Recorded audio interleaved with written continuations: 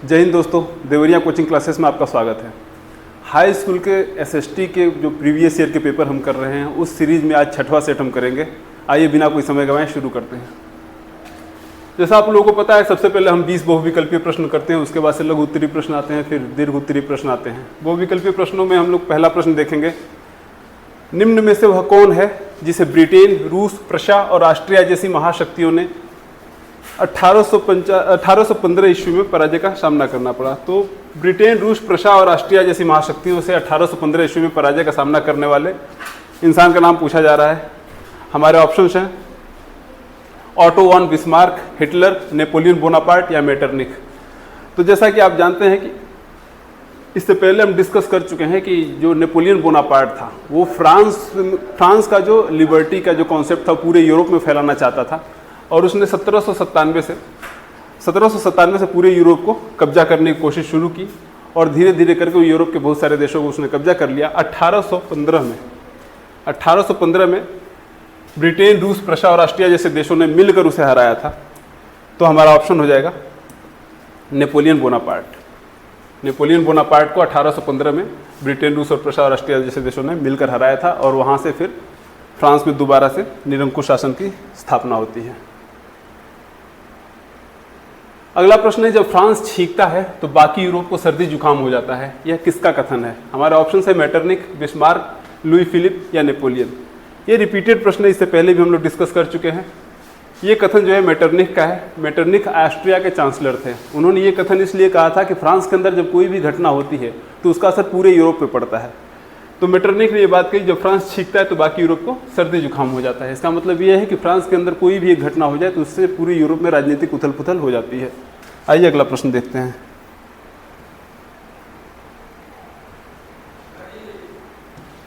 अगला प्रश्न है, अंतर्राष्ट्रीय मुद्रा कोष की स्थापना किस सम्मेलन में हुई थी?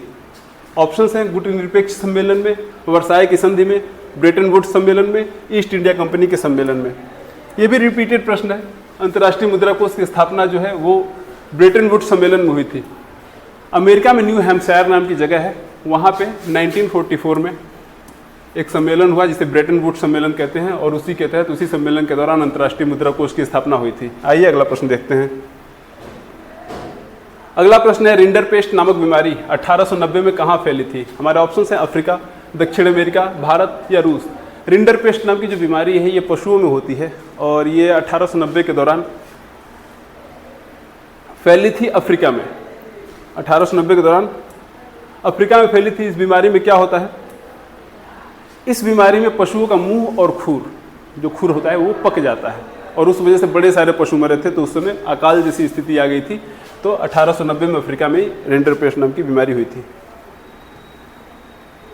अगला प्रश्न है, स्पिनिंग जेनी मशीन का प्रयोग निम्न में से किस कार्य हेतु किया जाता था? कताई की प्रक्रिया तेज करने के लिए, कपड़ों की धुलाई के लिए, सुरंग का निर्माण करने के लिए, मिट्टी की खुदाई के लिए। स्पिनिंग जेनी एक मशीन थी जिसे जेम्स हारग्रीव नाम के एक इंग्लैंड के पर्सन ने बनाया था और वो इससे जो कताई की प्रक्रिया थी, कपड़ा बनाने की जो प्रक्रिया थी वो तेज कर देती थी स्पिनिंग जेनी और इसकी वजह से कपड़े वाली जो इंडस्ट्रीज थी उसके अंदर रिवॉल्यूशन आ गया था। अगला प्रश्न देखते हैं, निम्न में से गुलामगिरी किसकी रचना है? यहाँ पे रचना है, गुलामगिरी एक पुस्तक है। इसके बारे में हम पहले भी डिस्कस कर चुके हैं कि गुलामगिरी किस चीज़ से, क्यों, कौन से सब्जेक्ट से डील करती है। इस बारे में हमने डिस्कस किया हुआ है कि गुलामगिरी जो है अस्पृश्यता, जिसे छुआछूत कहते हैं, छुआछूत से डील करती है। और उसको लिखने वाले कौन है? ऑप्शन हमारे डॉक्टर भीमराव अम्बेडकर, महात्मा गांधी, ज्योतिबा फुले या पंडित मोतीलाल नेहरू। हमारा सही ऑप्शन है ज्योतिबा फुले। ज्योतिबा फुले जो थे एक समाज सुधारक थे महाराष्ट्र में। इन्होंने छुआछूत को दूर करने के लिए बहुत ज़्यादा काम किया, प्लस शिक्षा के लिए बहुत ज़्यादा काम किया था। स्कूल खोले थे काफ़ी। इन्होंने गुलामगिरी की रचना की थी। अगला प्रश्न है, भारत के संविधान की किस अनुसूची में भाषा का उल्लेख किया गया है? पहली अनुसूची, 12वीं अनुसूची, तीसरी अनुसूची या 8वीं अनुसूची? ये रिपीटेड प्रश्न है। ये हम पहले भी डिस्कस कर चुके हैं कि कितनी अनुसूचियां हैं हमारे संविधान में। पहले 8 अनुसूचियां थी, फिर 12 अनुसूचियां हो गई, बढ़ते बढ़ते 12 हो गई हैं और 8वीं अनुसूची में भाषा का उल्लेख किया गया है। हमारे संविधान की 8वीं अनुसूची में 22 भाषाओं का है, 22 जो राष्ट्रीय मतलब जिनको आधिकारिक भाषाओं का दर्जा दिया गया है। 22 भाषाएं हैं 8वीं अनुसूची में उनको डाला गया है। अगला प्रश्न है, विश्व का सबसे बड़ा लोकतांत्रिक देश है? ऑप्शन है अमेरिका, भारत, रूस या फ्रांस। यहाँ पे जब ये बात चलती है कि सबसे बड़ा लोकतांत्रिक देश, तो हम किस टर्म में बात करते हैं कि कौन सा ऐसा देश है जिसकी जनसंख्या सबसे ज़्यादा है और वो लोकतांत्रिक भी है। तो इनमें से देखेंगे तो अमेरिका जो है वो भले ही हमसे एरिया में ज़्यादा हो, पैसे में ज़्यादा हो, पर उनकी जनसंख्या हमसे कम है और वो लोकतांत्रिक देश है। रूस जनसंख्या इनकी कम है, फ्रांस की भी जनसंख्या कम है, तो सबसे ज़्यादा जनसंख्या वाला जो लोकतांत्रिक देश है वो भारत है। तो हमारा ऑप्शन हो जाएगा भारत। विश्व का सबसे बड़ा लोकतांत्रिक देश है भारत। अगला प्रश्न है नारी शक्ति वंदन अधिनियम भारतीय संसद में कब पारित किया गया? नारी शक्ति वंदन अधिनियम कई बार डिस्कस कर चुके हैं। ये हमारे लोकसभा और विधानसभाओं में महिलाओं को 33% सीटों पे आरक्षण प्रदान करता है। इसके लिए ऑप्शन हमारे दिए गए हैं वर्ष 1950, 1999, 2014 और 2023। तो 2023 में पास हुआ था, इसे हम कई बार डिस्कस कर चुके हैं। 33% आरक्षण देता है महिलाओं को सीटों में, चाहे वो लोकसभा की सीटें हों, चाहे विधानसभा की सीटें हों, चाहे दिल्ली विधानसभा की सीटें हों, हर तरह की सीटों में ये 33% का आरक्षण देता है। अगला प्रश्न है बहुजन समाज पार्टी है क्षत्रिय दल, राष्ट्रीय दल, अल्पसंख्यकों का दल या महिलाओं की पार्टी? तो बहुजन समाज पार्टी जो है वो एक राष्ट्रीय दल के अंदर आता है। बहुजन समाज पार्टी एक राष्ट्रीय दल के अंदर आता है। अगला प्रश्न है आर्थिक समृद्धि की कौन सी माप में देश की जनसंख्या को भी शामिल किया जाता है? हमारे ऑप्शन है राष्ट्रीय आय, प्रति व्यक्ति आय, सकल घरेलू उत्पाद या शुद्ध राष्ट्रीय आय। तो इनमें से देश की जनसंख्या को इस्तेमाल किया जाता है जिस समृद्धि की जिस माप में, वो है प्रति व्यक्ति आय। प्रति व्यक्ति आय क्या होती है? जो टोटल जीडीपी होती है, सकल राष्ट्रीय आय जो होती है, उसको देश की जनसंख्या से डिवाइड कर देते हैं। देश में जितने लोग हैं उनके नंबर से हम लोग से डिवाइड कर देते हैं, तो इससे प्रति व्यक्ति आय हमें निकल के आ जाती है। तो हम लोग इसमें देश की जनसंख्या को भी इस्तेमाल करके जो इन चार में से निकालते हैं वो प्रति व्यक्ति आय निकालते हैं। अगला प्रश्न है ऑनलाइन फूड डिलीवरी का कार्य किस क्षेत्र का व्यवसाय है? ऑप्शंस है प्राथमिक, तृतीयक, द्वितीयक या इनमें से कोई नहीं। ऑप्शन का क्रम ठीक कर लीजिएगा, यहाँ पे बी यहाँ सी कर दीजिएगा। तो जैसा हम जानते हैं कि टर्शियरी सेक्टर वो सेक्टर है जिसके अंदर सर्विसेज प्रोवाइड की जाती हैं। तृतीय क्षेत्र होता है ऑनलाइन फूड डिलीवरी भी एक सर्विस प्रोवाइड करने का काम है। कोई इंसान आता है आपके घर खाना लेके, वो कोई मैन्युफैक्चरिंग नहीं कर रहा, आपके और खाने के बीच में बस एक जो दूरी है उसे खत्म कर दे रहा, तो आपको सेवा प्रदान कर रहा है, तो ये टर्शियरी सेक्टर के अंदर आ जाएगा, क्योंकि टर्शियरी या तृतीय सेक्टर को हम लोग सेवा क्षेत्र भी कहते हैं। अगला प्रश्न है निम्नलिखित में से कौन सा अनौपचारिक साख का स्रोत है? ऑप्शंस हैं मित्र से लिया गया ऋण, व्यवसायिक बैंक से लिया गया ऋण, सहकारी समितियों से लिया गया ऋण या क्रेडिट कार्ड द्वारा नगद निकासी। इससे पहले भी हम डिस्कस कर चुके हैं कि अनौपचारिक स्रोत वो होते हैं जिनके ऊपर कोई भी नियामक संस्था नहीं होती है, जो आरबीआई के रेगुलेशन के अंदर नहीं आते हैं। और हमारे उसके उदाहरण अगर देखेंगे तो उदाहरण के अंदर था साहूकार होते थे या फिर कोई दोस्त या कोई रिश्तेदार, अगर उससे हम कोई उधार लेते हैं तो वो अनौपचारिक साख का स्रोत कहे जाते हैं। तो हमारा ऑप्शन हो जाएगा मित्र से लिया गया ऋण, क्योंकि इसके पीछे कोई नियामक संस्था नहीं है, कोई भी संस्था ऐसी नहीं है जो हमारे दोस्तों से लिए गए उधार को कंट्रोल करती है या फिर उसके लिए नियम बनाती है। अगला क्वेश्चन है अंतर्राष्ट्रीय व्यापार से लाभ होता है छोटे देशों को, बड़े देशों को, ए और बी दोनों या इनमें से किसी को नहीं? तो अंतर्राष्ट्रीय व्यापार से छोटे देशों और बड़े देशों दोनों को लाभ होता है, तो हमारा ऑप्शन हो जाएगा ए और बी। अब छोटे देशों को क्या लाभ होता है? छोटे देशों को नई टेक्नोलॉजी मिल जाती है, कुछ ऐसे सामान मिल जाते हैं जो वो नहीं बना सकते थे। और बड़े देशों को क्या फ़ायदा होता है? उन लोगों को एक नया बाजार मिल जाता है। ठीक है, तो दोनों लोगों को फ़ायदा होता है। अगला प्रश्न है उपभोक्ता अदालतें। अगला प्रश्न है उपभोक्ता अदालतें ये क्या करती हैं? उपभोक्ता अधिकारों की रक्षा करती हैं, अंतर्राष्ट्रीय व्यापार को बढ़ावा देती हैं, मानवाधिकारों की रक्षा करती हैं या उद्योगों के बीच प्रतिस्पर्धा को नियंत्रित करती हैं? तो जो उपभोक्ता अदालतें होती हैं वो उपभोक्ता के अधिकारों की रक्षा करती हैं। उपभोक्ता वह इंसान है जो किसी भी वस्तु का या किसी भी सेवा का अंतिम यूजर है, जिसके पास कोई भी वस्तु या कोई भी सेवा जो है उसी के पास पहुंचती है, या जो भी किसी वस्तु या सेवा का उपयोग कर रहा है उसे उपभोक्ता कहते हैं। तो उनके अधिकारों की रक्षा के लिए उपभोक्ता अदालतें बनी होती हैं। बाकी अंतर्राष्ट्रीय व्यापार को बढ़ावा देने के लिए WTO है, वर्ल्ड बैंक है, ये सब चीज़ संस्थाएं हैं। मानवाधिकारों की रक्षा के लिए अलग से मानवाधिकार संस्था है जो UN की होती है। उद्योगों के बीच प्रतिस्पर्धा को नियंत्रित करने के लिए भी WTO है। अगला प्रश्न देखते हैं, भारत में कुल क्षेत्रफल का कितना हिस्सा पर्वतीय है? ऑप्शंस हैं 40%, 30%, 27% या 16%। तो कुल क्षेत्रफल का लगभग 29.3% हिस्सा पर्वतीय है। हमारे भारत में कुल 29.3% हिस्सा पर्वतीय है, जो कि अप्रॉक्स 30% के आसपास आता है। तो यहाँ पे आप 30% लगा सकते हैं। ऐसे अगर एग्जैक्ट डेटा आपको चाहिए तो 29.3% हिस्सा पर्वतीय है। निम्नलिखित में से कौन सा लुप्त अस्तित्व वर्ग में है? ऑप्शंस हैं एशियाई हाथी, चीता, गैंडा या नीली भेड़। तो लुप्त अस्तित्व वर्ग का मतलब होता है इनमें से कौन सा ऐसा जानवर है जो हमारे देश में पहले पाया जाता था, अब सब खत्म हो चुके हैं, एक भी नहीं पाया जाता। तो इनमें से चीता ऐसा जानवर है जो हमारे देश में अब नहीं पाया जाता। ऑल्दो इनके पुनर्स्थापना के लिए प्रयास किए गए हैं। कुछ चीते नामीबिया से हम लोगों ने मंगाए हैं, उनको डाला है अलग अलग नेशनल पार्क में। तो कोशिश की जा रही है इनकी पुनर्स्थापना की, लेकिन लुप्त अस्तित्व वर्ग में यानी चीते हमारे देश में खत्म हो चुके थे। तो इस हमारा ऑप्शन हो जाएगा चीता। अगला प्रश्न है निम्नलिखित में से कौन सा मोटे अनाज का उदाहरण नहीं है? ऑप्शन हैं ज्वार, बाजरा, रागी या अरहर। तो इनमें से मोटे अनाज का उदाहरण अरहर। अरहर जो है मोटे अनाज के अंदर नहीं आता, अरहर दाल की कैटेगरी में आता है। मोटे अनाज वो होते हैं जिनके अंदर बहुत सारा फाइबर होता है। तो ज्वार, बाजरा और रागी होते हैं वो बहुत ज़्यादा फाइबरस फूड है, ये हमारे मोटे अनाज की कैटेगरी में आते हैं। अगला प्रश्न है सोहन अपने पशुओं के गोबर से ऊर्जा प्राप्त करने हेतु बायोगैस प्लांट लगाता है। ऊर्जा प्राप्ति का यह तरीका है परंपरागत, गैर परंपरागत, जुगाड़ू या इनमें से कोई भी नहीं।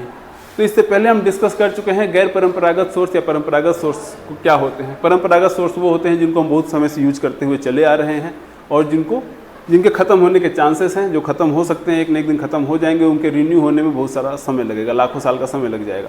तो उनके ऑप्शन के तौर पे हम गैर परंपरागत स्रोत को यूज करना शुरू कर चुके हैं, जिनको हम अभी नया यूज करना शुरू करें, जैसे सोलर एनर्जी हो गया, विंड एनर्जी हो गया। तो ये जो बायोगैस होता है ये भी नया तरीका है, ये भी नई चीज़ है। तो ये हमारे गैर परंपरागत स्रोत के अंदर आता है। गैर परंपरागत स्रोत होता है क्योंकि ये रिन्यूएबल है, ये कभी भी रिन्यू किया जा सकता है, इजीली रिन्यू हो जाता है। अगला प्रश्न है जीवाश्म ईंधन द्वारा होता है मृदा प्रदूषण, वायु प्रदूषण, जल प्रदूषण या ध्वनि प्रदूषण। तो जीवाश्म ईंधन जो होता है वो बेसिकली कार्बन बेस्ड ईंधन होते हैं, उनके अंदर बहुत सारा कार्बन होता है और वो जब जलते हैं तो एनर्जी प्रोवाइड करते हैं और एनर्जी प्रोवाइड करने के चरण में वो हमें कार्बन डाइऑक्साइड, कार्बन मोनोऑक्साइड जैसी बहुत सारी गैसेस रिलीज करते हैं। उसकी वजह से वायु प्रदूषण बहुत ज़्यादा होता है। तो जीवाश्म ईंधन से वायु प्रदूषण होता है।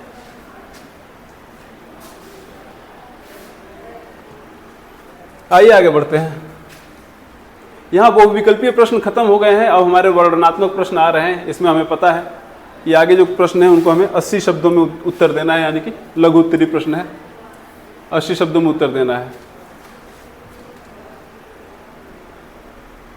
पहला प्रश्न महामंदी के लिए उत्तरदायी कारकों के बारे में पूछा गया है। महामंदी के लिए उत्तरदायी कारक कौन कौन से थे? तो आइए, महामंदी के लिए बहुत सारे कारक उत्तरदायी थे जिनके बारे में हम पहले भी कई बार डिस्कस कर चुके हैं, तो थोड़ा तेजी से इसे तेजी में पढ़ते हुए चले जाएंगे। तो पहला कारक जो था वो था कृषि उत्पादन की अधिकता। हुआ ये था 1928-1929 के समय पूरी दुनिया में लोगों के पास पैसा बहुत कम हो गया, महामंदी आई, बहुत ज़्यादा रिसेशन आया, उनके पास पैसा बहुत ज़्यादा कम हो गया और उसकी वजह से वो सामान खरीदने के काबिल नहीं रहे। अब जितना भी कृषि उत्पादन हो रहा था हमारे देश में उसके लिए बाजार मिलना मुश्किल हो गया, लोग खरीद नहीं रहे थे। तो जहाँ भी कोई भी सामान जब बिक ही नहीं रहा है मार्केट में तो उसकी डिमांड धीरे धीरे घटती चली जाएगी, क्योंकि मार्केट में ऑलरेडी बहुत ज़्यादा है, पैसा था नहीं लोगों के पास जो खरीदें। तो बिक रहा नहीं था और कृषि उत्पादन और ज़्यादा हुए जा रहा था। तो कृषि उत्पादन की अधिकता की वजह से और ज़्यादा मंदी आती चली गई, लोगों मार्केट में और ज़्यादा सामान बढ़ता चला गया और लोगों पे पैसा नहीं था खरीदने के लिए। अब क्या हुआ, जो किसान थे उन लोगों की आमदनी इससे कम हो गई। आमदनी कम होने की वजह से उन लोगों ने सोचा अगर और ज़्यादा उत्पादन हम कर दें तो हमारी आमदनी बढ़ जाएगी। तो उन लोगों ने अपनी आमदनी बढ़ाने के लिए और ज़्यादा उत्पादन करना शुरू किया। मार्केट में पहले से ही पिछला सामान पड़ा हुआ था, नया सामान और उत्पादित कर दिया। तो इसकी वजह से वो जो कृषि उत्पादन की अधिकता की समस्या थी वो बनी रह गई थी। इसे और ज़्यादा उसका दाम घटता चला गया, कृषि उत्पादों का मूल्य घटता चला गया। वही जो मैंने बताया, संपूर्ण आय को बनाए रखने के लिए उत्पादन का विकास करने का प्रयास किया किसानों ने, इससे स्थिति और ज़्यादा खराब हो गई तथा कृषि उत्पादों का दाम और ज़्यादा गिर गया था। दूसरा कारण यह था 1920 के दशक मध्य में बहुत से देशों ने अमेरिका से कर्ज लेकर अपनी निवेश संबंधी आवश्यकताओं को पूरा किया था। 1920 के दशक में 1920 से लेकर 25 तक बहुत ज़्यादा कर्ज लिया था अमेरिका से, यूरोप के जो देश थे उन लोगों ने। अमेरिका के पास खुद पैसा जो है कम पड़ गया, जो अमेरिकी पूंजीवादी थे उनके पास खुद पैसा कम पड़ गया, तो उन्होंने यूरोपीय देशों को ऋण देना बंद कर दिया था। इससे यूरोप के बहुत सारे बैंक जो है धराशायी हो गए और उनकी मुद्रा जो है ख़त्म हो गई। जैसे मुद्रा ये स्टर्लिंग है, यूरोप की जो पाउंड स्टर्लिंग है, जो ब्रिटेन के अंदर मुद्रा चलती थी उसे स्टर्लिंग कहते थे। तीसरा कारण था अमेरिका का भी प्रभावित हो जाना। अब अमेरिका खुद इस मंदी से प्रभावित हो गया, तो उन लोगों ने क्या किया, घरेलू ऋण जो थे वो वापस लेना शुरू कर दिया था। इसी को ऋण वापसी के नाम से जाना गया। अब उस मंदी के दौरान क्या हुआ था, किसान जो है उपज नहीं बेच पाए थे अपनी, परिवार तबाह हो गए और व्यवसाय ठप हो गया था। अंततः अमेरिका की बैंकिंग प्रणाली भी धराशायी हो जाती है, क्योंकि बैंक जो है निवेश एकत्रित ऋणों तथा जमाकर्ताओं के धन को लौटा पाने में असमर्थ थे। जितना भी उन्होंने ऋण दिए थे, जो लोन दिए थे, लोग वो लोन वापस नहीं कर पा रहे थे। उसके अलावा जो लोग बैंक में पैसा रखे हुए थे उन लोगों ने अपना पैसा मांगना शुरू किया, क्योंकि उनके पास भी पैसा खत्म हो गया था। बैंक ने सारा पैसा लोन में दे रखा था, लोन वाले वापस नहीं कर पा रहे थे, तो जमाकर्ताओं को भी उनका पैसा नहीं मिला। अमेरिका ने आयात करों को दुगना करके मंदी में अपनी अर्थव्यवस्था को सुरक्षित रखने का प्रयास किया था, जिससे विश्व व्यापार बुरी तरह से नष्ट हो गया।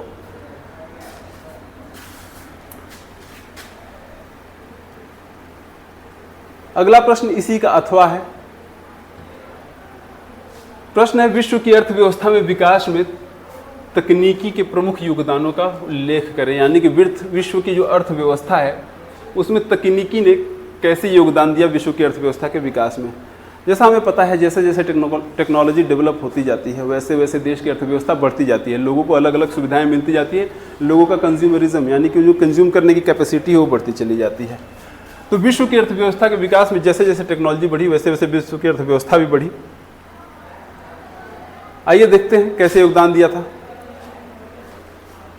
विश्व की अर्थव्यवस्था के विकास में तकनीकी ने कई तरह से योगदान दिया है। जैसे उत्पादन को तेज करना, जैसे जैसे टेक्नोलॉजी बढ़ी, जैसा अभी अपने पीछे बहुविकल्पीय प्रश्नों में देखा कि स्पिनिंग जेनी नाम की एक मशीन का जिक्र हुआ, तो ऐसी बहुत सारी मशीनें बनी जिन लोगों ने उत्पादन को तेज कर दिया, तेजी से चीज़ें मैन्युफैक्चर होने लगी। उसके अलावा रेलवे का और अलग अलग गाड़ियों का आविष्कार होना शुरू हुआ, तो उसकी वजह से वस्तुओं और सेवाओं के परिवहन को सुविधा मिल गई और परिवहन जो है धीरे धीरे सस्ता होने लगा। संचार बेहतर बने, टेलीग्राफ का जो है उसकी खोज हो चुकी थी, तो लोगों को दूसरी चीज़ों के बारे में जानकारी मिलनी शुरू हो गई कि एक जगह पे कोई चीज़ अगर बन रही है उससे दूसरे लोगों तक उसके बारे में जानकारी पहुंचना, और अगर जानकारी पहुंचेगी तो उससे क्या होता है, मांग बढ़ती है चीज़ों की। ठीक है, नए नए उद्योग निकल के आए जिससे बड़े पैमाने पर आर्थिक विकास हुआ। तो इस तरह से टेक्नोलॉजी आप देखेंगे कि अलग अलग तरीके की बहुत सारे हमें योगदान दे रही है विकास में। जैसे उत्पादन बढ़ा रही है, वस्तु और सेवाओं का परिवहन तेजी में कर रही है। रेलवे, भाप के जहाज और टेलीग्राफ जैसी तकनीकों ने दुनिया को जोड़ा। रेलवे की वजह से भाप के जहाज जो हैं या फिर टेलीग्राफ की जो टेक्निक है, यानी कि संदेशों का आदान प्रदान जिससे हो रहा था, तो उससे क्या हुआ, दुनिया आपस में एक जुड़ सी गई और उससे व्यापार और कच्चे माल का आयात निर्यात बहुत आसान हो गया, जिससे वस्तुओं की मांग बढ़ी। जैसा मैंने बताया कि जैसे अगर इन्फॉर्मेशन आपको पहुंचेगी कि कोई चीज़ किसी देश में नई बन रही है, तो हो सकता है आप भी उसकी मांग करें। आप उसकी मांग करेंगे तो वो देश आपके पास भेजेगा। इस तरह से बाजार बढ़ता चला जाएगा और व्यापार भी बढ़ता चला जाएगा। तकनीकी के योगदानों में अगर आप देखेंगे तो औद्योगिक क्रांति और उत्पादन में वृद्धि जो है तकनीकी की वजह से ही हुआ। औद्योगिकरण के दौरान जो है रेलवे, भाप के इंजन और यांत्रिक उत्पादन ने बड़े पैमाने पर उत्पादन को संभव बनाया, जिससे कारखाने स्थापित हुए और औद्योगिक पूंजीवाद का उदय हुआ। एक तरह से आप देखेंगे तो केवल औद्योगिक क्रांति ही नहीं, इन लोगों ने रोजगार भी बढ़ाने में बहुत ज़्यादा मदद की है। जैसे जैसे उद्योग बड़े होते गए, जैसे जैसे कारखाने स्थापित होते गए, उसके अंदर काम करने के लिए इनको लोगों की ज़रूरत पड़ी, तो इन लोगों ने रोजगार में भी बहुत बड़ा योगदान दिया है। परिवहन में सुधार भी हुआ। रेलवे और स्टीमशिप जैसे आविष्कारों ने दूर दराज के क्षेत्रों को बाज़ारों से जोड़ दिया था, चाहे वो गाँव के क्षेत्र हों, चाहे बहुत ही रिमोट एरिया के देश हों, उनको भी रेलवे और स्टीमशिप का मतलब होता है जो स्टीमर होती है जो पानी में चलती है, उनकी बात चल रही है। तो उनको जो है दूर दराज के क्षेत्रों को बाज़ारों से जोड़ दिया, जिससे भोजन और अन्य माल को सस्ते और तेज़ी से पहुंचाना संभव हो गया। संचार व्यवस्था में क्रांति, वही टेलीग्राफ और टेलीफोन जैसी सुविधाएं, संदेश पहुंचेगा, आपके प्रोडक्ट का प्रचार होगा एक तरह से कहें। तो ऐसी तकनीकें जो हैं वो भी आर्थिक लेन देन को तेज कर देती हैं और दूर दराज के बाज़ारों से संपर्क स्थापित करने में मदद करती हैं, जिससे आर्थिक गतिविधियाँ बढ़ जाती हैं। अगला प्रश्न है, लोकतंत्र उत्तरदायी, जिम्मेदार तथा वैध सरकार का गठन करता है, स्पष्ट कीजिए। हम कई बार डिस्कस कर चुके हैं कि लोकतंत्र क्या है। लोकतंत्र के अंदर जनता का शासन होता है, जनता के लिए, जनता के ही द्वारा। जनता अपनी सरकार खुद चुनती है और जनता डिसाइड करती है कि वो सरकार कब तक रहेगी। जनता के मुद्दों पर सरकार चुनी जाती है और जनता के ही काम करने के लिए सरकार अलग अलग तरीके के नियम बनाती है। वही है, लोकतंत्र में जनता को अपने प्रतिनिधियों को चुनने और सरकार पर नियंत्रण रखने का अधिकार होता है। सिंपल भाषा में वही जो मैंने बताया कि जनता अपने प्रतिनिधि खुद चुनती है और कब तक के लिए चुनेगी भी जनता ही डिसाइड करती है, जिससे सरकार को जनता के प्रति उत्तरदायी बनना पड़ता है या फिर जिससे सरकार जनता के प्रति उत्तरदायी बनती है। चुनाव के माध्यम से सरकार का गठन होता है, जो सरकार का एक वैध आधार, सरकार को एक वैध आधार देता है। मतलब वैध आधार से मतलब होता है कि वो एक वैलिड प्रक्रिया होती है। वैलिड प्रक्रिया यानी कि जैसे किसी को ये नहीं लगता है कि किसी ने ज़बरदस्ती खुद को सरकार बना लिया है। जनता चूंकि खुद वोट दे के चुनती है सरकार को, तो सरकार जो है एक तरह से वैलिड मानी जाती है कि नहीं ठीक है, किसी ने ज़बरदस्ती हम पे थोपा नहीं है ये फैसला हमने लिया है कि हमारा विधायक, सांसद या हमारा मुख्यमंत्री, प्रधानमंत्री कौन रहेगा।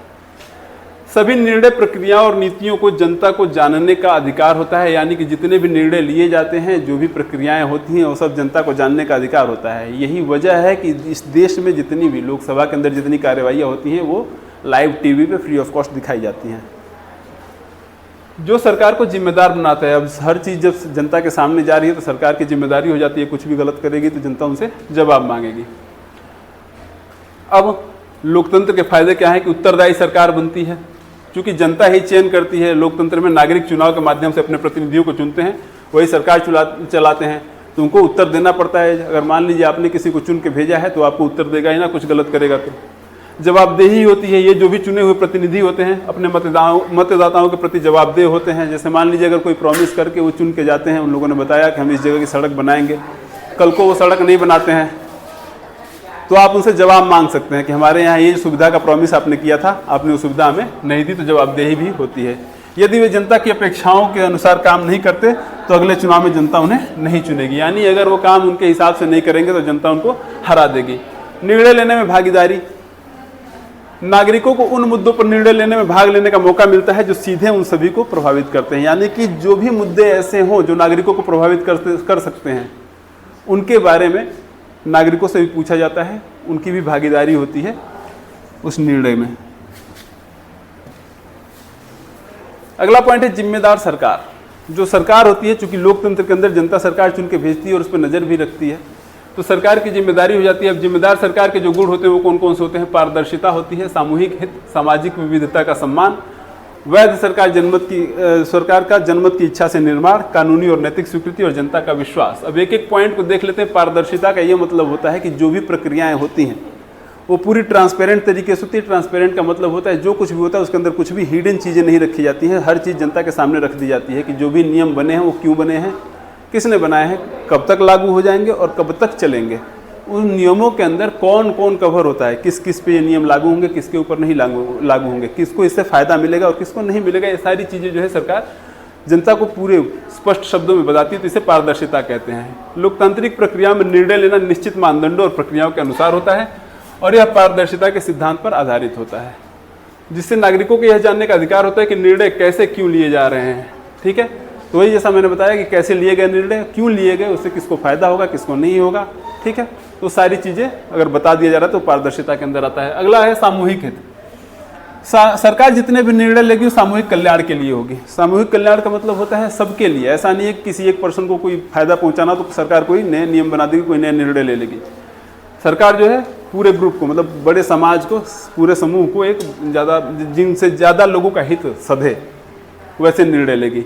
सामाजिक विविधता का सम्मान। विविधता का मतलब होता है अगर किसी एक पर्टिकुलर एरिया में, पर्टिकुलर ज्योग्राफिकल एरिया में, पर्टिकुलर जगह पे ढेर सारे रेस के, ढेर सारी प्रजाति के लोग जो रहते हैं, बहुत सारी जातियों के, बहुत सारे धर्मों के लोग रहते हैं, तो उसे विविधता कहते हैं। अलग अलग तरह के लोग, अलग अलग कल्चर फॉलो करने वाले लोग।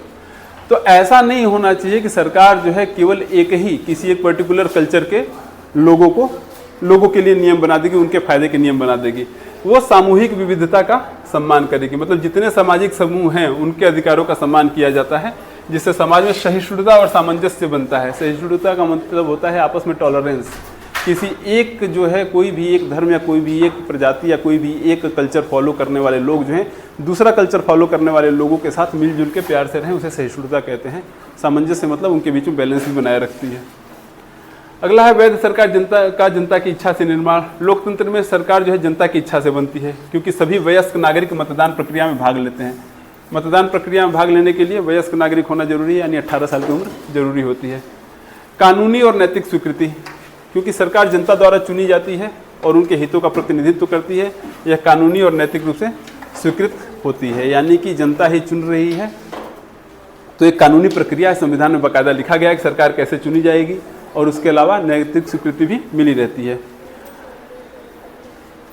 इसमें जनता का विश्वास भी होता है, भले ही लोकतांत्रिक सरकार जो होती है धीमी या कम कुशल हो, ठीक है, फिर भी यह लोगों की अपनी व्यवस्था मानी जाती है, जिस पर लोगों का भरोसा होता है। चूंकि जनता ने खुद चुन के भेजा है, तो सरकार हो सकता है कि थोड़ी कम काम करने में उनके पास इतना कैपेबिलिटी ना हो कि अच्छा काम कर पाए, लेकिन जनता उनको चुन के भेजी रहती है, तो जनता उनके ऊपर भरोसा करती है।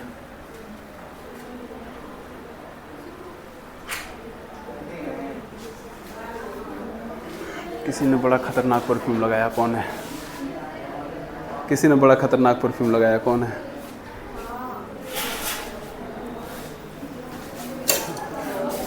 सारा कंसंट्रेशन भंग कर दे रहे हो तुम लोग परफ्यूम से।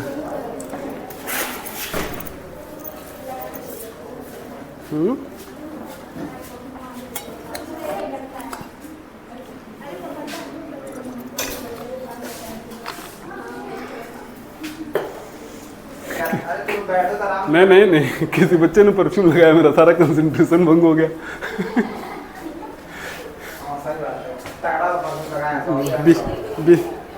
बीच में थोड़ा सा काटना पड़ेगा, अब जो मतलब क्वेश्चन इसके पीछे का ख़त्म कर दिया हूँ, ठीक है।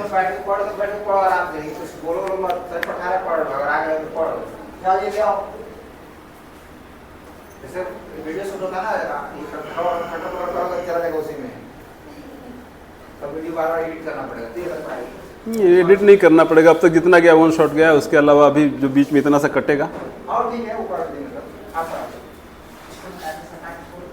ठीक है।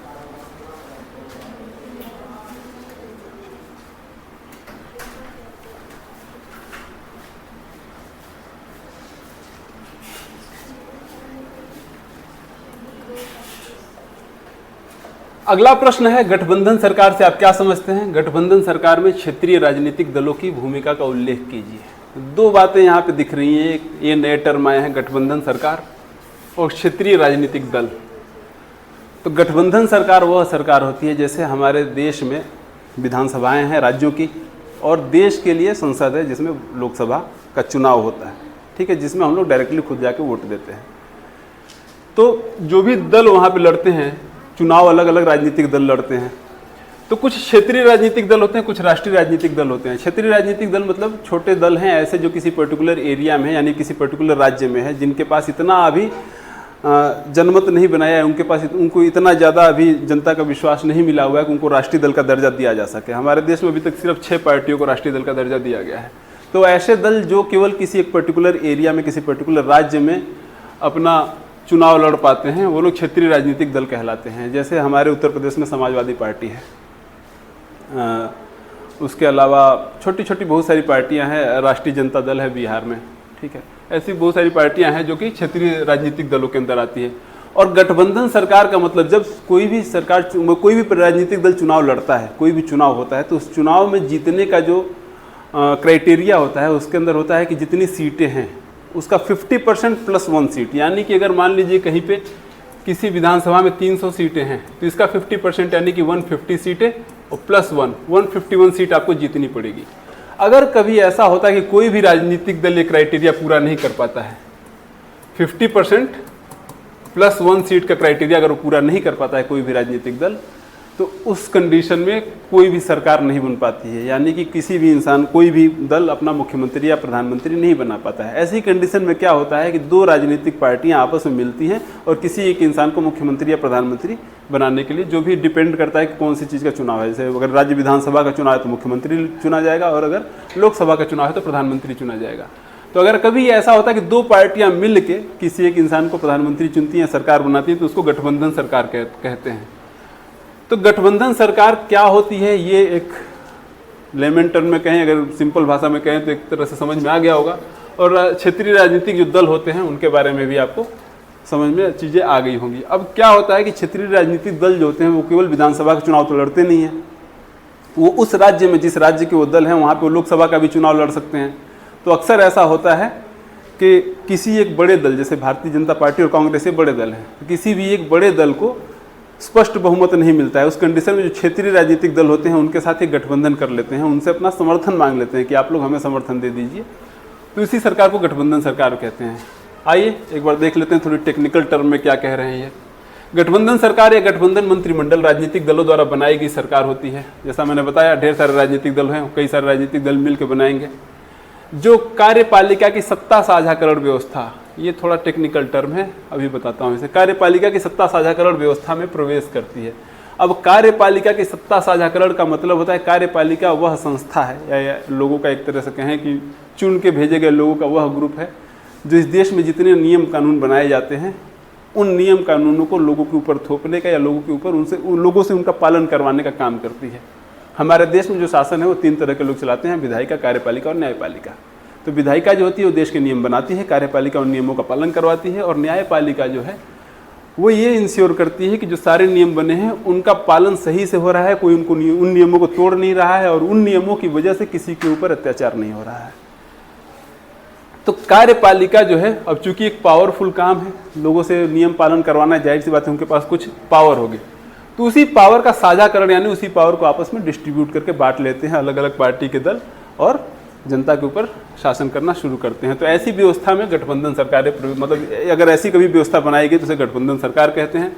गठबंधन सरकारें जो होती हैं आमतौर पर तब बनती हैं जब चुनाव के बाद किसी एक दल को पूर्ण बहुमत नहीं मिलता। जैसे मैंने शुरू में ही बताया कि एक दल को अगर पूर्ण बहुमत नहीं मिलेगा तो गठबंधन सरकार बनेगी। सत्ता की साझेदारी की जो व्यवस्थाएं राजनीतिक दलों, दबाव समूहों और आंदोलनों द्वारा शासन को प्रभावित और नियंत्रित करने के तरीके में भी लक्षित हो सकती हैं। ये उसी में है कि जो सत्ता साझेदारी जो व्यवस्था है, सत्ता साझेदारी की व्यवस्था मतलब जो भी सत्ता है उसको आपस में शेयर करने की जो व्यवस्था है वो प्रेशर ग्रुप्स यानी दबाव समूह, कुछ ऐसे ग्रुप होते हैं जिनका समाज में बहुत बोलबाला होता है, समाज में लोग उनको बहुत ज़्यादा मानते हैं। तो वो लोग भी कई बार क्या करते हैं, सत्ता को मजबूर कर देते हैं कुछ पर्टिकुलर काम करवाने के लिए। अभी हाल ही में का उदाहरण अगर देखेंगे तो दिल्ली के अंदर सुप्रीम कोर्ट ने एक नियम बना के दिया, एक कानून, एक आदेश दिया कि दिल्ली के अंदर जितने भी आवारा कुत्ते हैं उनको पकड़ के शेल्टर होम में डाल दिया जाए। तो वहाँ पे जितने भी समाजसेवी स्वयंसेवी संगठन थे उन लोगों ने क्या किया, सड़क पे उतर के दबाव बनाना शुरू किया और आखिर में वो कानून वापस ले लिया गया। तो ये दबाव समूह ऐसे ही होते हैं, बहुत सारे ग्रुप होते हैं, अलग अलग छोटे छोटे ग्रुप बनाए गए हैं जो लोग दबाव डाल के सत्ता को कंट्रोल में करते हैं। उसके अलावा आंदोलनों द्वारा भी बहुत सारे आंदोलन होते हैं जिनके द्वारा कोई नियम जो है सरकार से बदलवा दिया जाता है। तो जो भी सत्ता की साझेदारी होती है ये चीज इन तरीकों से भी हम लोग प्रभावित और नियंत्रित कर सकते हैं। इनकी वजह से भी बहुत सारे, जैसे अगर ये आंदोलनों वाला देखेंगे तो बड़े सारे भी हाल ही में हुए हैं। जैसे किसान आंदोलन एक हुआ था जिसके तहत जो है कृषि कानूनों को वापस लेने पर मजबूर कर दिया गया था। तो उस तरीके से भी सत्ता की साझेदारी को नियंत्रित किया जा सकता है। लोकतंत्र में नागरिकों को सत्ता के लिए विभिन्न राजनीतिक दलों के विभिन्न प्रत्याशियों के बीच उनके चुनाव की स्वतंत्रता होनी चाहिए। अब लोकतंत्र में वही है, लोकतंत्र है चूंकि जनता का शासन है, मैंने बताया, तो लोगों के पास ये आज़ादी होनी चाहिए कि वो जिसे चाहें उसे चुन सकें, चाहे जो राजनीतिक पार्टी हो, जिस राजनीतिक पार्टी को से उनकी पसंद मिलती है, उनकी सोच मिलती है, उस राजनीतिक पार्टी के किसी भी नेता को चुनने का उन पर अधिकार होना चाहिए। लोकतंत्र में हम अनेक हित समूहों को भी पाते हैं, जैसे व्यापारी, व्यवसायी, उद्योगपति, किसान और औद्योगिक कर्मचारी, यानी कि अलग अलग तरीके के अलग अलग क्लास के बहुत सारे लोग होते हैं जो लोकतंत्र के अंदर आते हैं। अगला प्रश्न देखेंगे, वैश्वीकरण को परिभाषित कीजिए, इसके 2 लाभ लिखिए। वैश्वीकरण ये पहले हम डिस्कस कर चुके हैं, एक बार फिर बता देता हूँ। वैश्वीकरण वह प्रक्रिया है जिसके द्वारा किसी एक देश के बाजार को बाकी दुनिया के देशों के सभी चीज़ों के लिए खोल दिया जाता है, यानी कि हम दुनिया के किसी भी देश में जाके बाजार कर सकते हैं, व्यापार कर सकते हैं। वैसे ही दुनिया का कोई भी देश, दुनिया के किसी भी देश की कोई भी कंपनी हमारे देश में आके बाजार और व्यापार कर सकती है। उसके लिए 2 तरीके से नियम बनते हैं। एक, जिस देश का बाजार खुला हुआ है, यानी अगर सपोज करिए हम इंडिया के हैं, हमारे बाजार की बात करें तो हमारा देश ट्रेड के अपने नियम बनाएगा। उसके अलावा इंटरनेशनल रूल्स होते हैं जिनको WTO, वर्ल्ड बैंक और IMF जैसे संस्थाएं डिसाइड करती हैं। आइए थोड़ा टेक्निकल टर्म में देखते हैं। वैश्वीकरण वह प्रक्रिया है जिसके द्वारा दुनिया के लोग, संस्कृतियां और अर्थव्यवस्थाएं आपस में और अधिक जुड़ गई हैं। यानी कि सबके लिए पूरा ओपन प्रक्रिया है, हर कोई आके आपस में एक दूसरे से जुड़ गया है, तो इसकी वजह से संस्कृतियां का भी आदान प्रदान हो रहा है, लोग भी आ जा रहे हैं और अर्थव्यवस्थाएं भी आपस में जुड़ी हुई हैं, यानी कि उनका मार्केट भी आपस में जुड़ा हुआ है। यह प्रक्रिया संचार और परिवहन प्रौद्योगिकियों के प्रसार के कारण हुई है। जैसा हमने अभी पीछे डिस्कस किया था कि औद्योगिक विकास में कैसे टेक्नोलॉजी ने योगदान दिया है, तो उसमें हमने देखा था कि संचार और परिवहन के विकास के कारण जो है दुनिया के हर क्षेत्र आपस में एक दूसरे से जुड़ते चले जा रहे हैं। तो उसी तरीके से वैश्वीकरण की जो प्रक्रिया है वो इसी वजह से ज़्यादा फैल गई है, क्योंकि संचार और परिवहन प्रौद्योगिकियां जो है वो बहुत तेज़ी से विकसित होती चली गई हैं। यह एक सतत प्रक्रिया है और आधुनिक समाज को नियंत्रित करने वाले प्रमुख कारकों में से एक है। अब अर्थव्यवस्था के वैश्वीकरण के संभावित जो लाभ हैं वो क्या क्या हैं? सबसे पहला है विकल्प में वृद्धि। विकल्प में वृद्धि से मतलब है, जैसे मान लीजिए आपके पास कोई भी एक चीज़, कोई भी एक सुविधा जो आप यूज़ करते हो, जो प्रयोग करते हो, तो आपके पास सपोज करिए केवल एक ही चीज़ है। फॉर एग्जांपल मान लीजिए मोबाइल सर्विसेज हैं और आपके देश में कोई एक कंपनी मोबाइल बनाती है, तो आपके पास केवल वही एक ऑप्शन है, उसी कंपनी का खरीद सकते हैं। लेकिन अगर वैश्वीकरण कर दिया जाए तो ही अगल बगल के देशों की भी कंपनियां जो है मोबाइल बनाने वाली हुआ के आपके देश में मोबाइल बना के बेचना शुरू करेंगी, तो आपके पास एक से ज़्यादा ऑप्शन हो जाएंगे। ऐसा नहीं है केवल आप अपने देश की कंपनी का मोबाइल खरीदेंगे, उसके अलावा भी आपके पास ऑप्शंस होंगे। तो इसे कहते हैं विकल्प में वृद्धि, यानी कि आपके पास ऑप्शंस हो गए। अगली चीज़ जो है उच्च गुणवत्ता वाले उत्पाद, यानी कि कोई ज़रूरी नहीं है कि एक चीज़ जो है जो अपने देश में बन रही है, किसी एक देश में बन रही है जो अच्छी है, तो उसी देश में दूसरी चीज़ भी अच्छी मिले। अलग अलग कम जगहों पर अलग अलग देश जो हैं अलग अलग चीज़ों को अलग अलग क्वालिटी का बनाते हैं। तो आप जहाँ से चाहें, जिस देश का चाहें, जहाँ पे भी अच्छी क्वालिटी का सामान मिले उनको आप चुन सकते हैं। जैसे इसमें आप देखेंगे तो कारों का अगर एग्जाम्पल लें तो यूरोपियन कारें बहुत अच्छी होती हैं, तो वहाँ का अगर ग्लोबलाइजेशन नहीं होता तो वहाँ की कारें हमारे देश में आती नहीं, तो हम लोग के लिए मुश्किल हो जाता अच्छी क्वालिटी के कार खरीदना। बढ़ी हुई प्रतिस्पर्धा, प्रतिस्पर्धा मतलब कंपटीशन बढ़ जाता है। बाहर की भी कंपनियां आती हैं, हमारे देश की कंपनियां यहाँ पे हैं ही।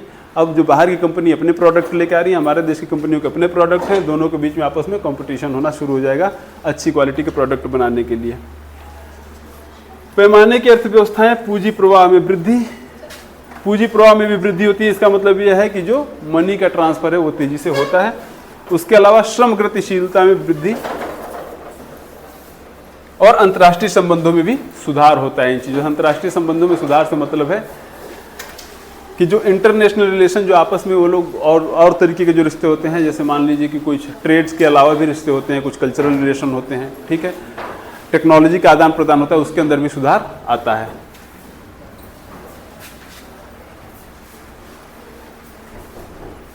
अगला प्रश्न इसी का अथवा है, एक आम उपभोक्ता से किस प्रकार से छल हो सकता है, वह अपने हितों की रक्षा कैसे कर सकता है। उपभोक्ता उसे कहते हैं जो किसी भी सर्विस का एंड यूजर होता है, ये मैं डिस्कस कर चुका हूं ऑलरेडी।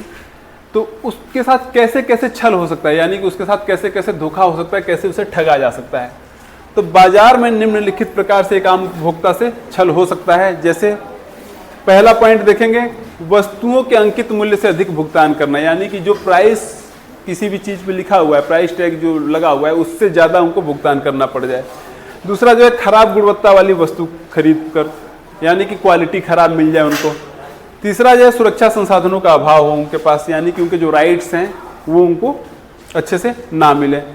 अगला है कम मापतौल, यानी कि जो अमाउंट कहा जा रहा है, मान लीजिए 1 किलो कहा जा रहा है, उसकी जगह 900 ग्राम या 950 ग्राम उनको तौल के दे दिया गया है। या फिर मीडिया व विज्ञापनों के माध्यम से वस्तुओं का भ्रामक प्रस्तुतिकरण, यानी कि जो क्वालिटी को बढ़ा चढ़ा के बता देना, किसी भी प्रोडक्ट की क्वालिटी को बढ़ा चढ़ा के बता देना। इससे पहले भी ये चीज़ डिस्कस कर चुका हूँ। ये काम बहुत ज़्यादा होता है जूस के बॉक्सेस में, जो जूस का पैकेट आता है उसमें बहुत ज़्यादा ये होता है कि उनमें बढ़ा चढ़ा के दिखाया जाता है, भ्रामक प्रस्तुतिकरण होता है। अब इस तरह के छल से बचने के लिए हमें क्या क्या करना चाहिए। सबसे पहले कैसे बचा जा सकता है, सबसे पहले जो है वस्तुएं खरीदने से पहले उसके बारे में संपूर्ण जानकारी प्राप्त करनी चाहिए। उसके अलावा ISI, एगमार्क या हॉलमार्क आदि के चिन्ह वाले उत्पाद खरीदने चाहिए।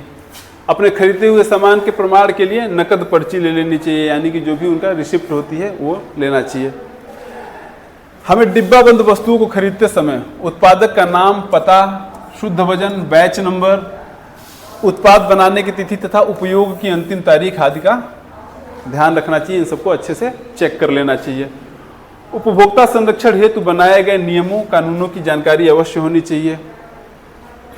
उसके अलावा है किसी वस्तु को खरीदते समय उस पर अंकित मूल्य से अधिक भुगतान नहीं करना चाहिए। और किसी भी वस्तु को खरीदने से पहले यह ध्यान रखना चाहिए कि दुकानदार द्वारा वस्तु की माप करने के लिए सही या प्रामाणिक माप का ही प्रयोग किया जा रहा है। ठीक है, आइए अगला प्रश्न देखते हैं। अगला प्रश्न है, परिवहन व्यवस्था का विकास क्यों आवश्यक है? कोई 2 कारण बताइए।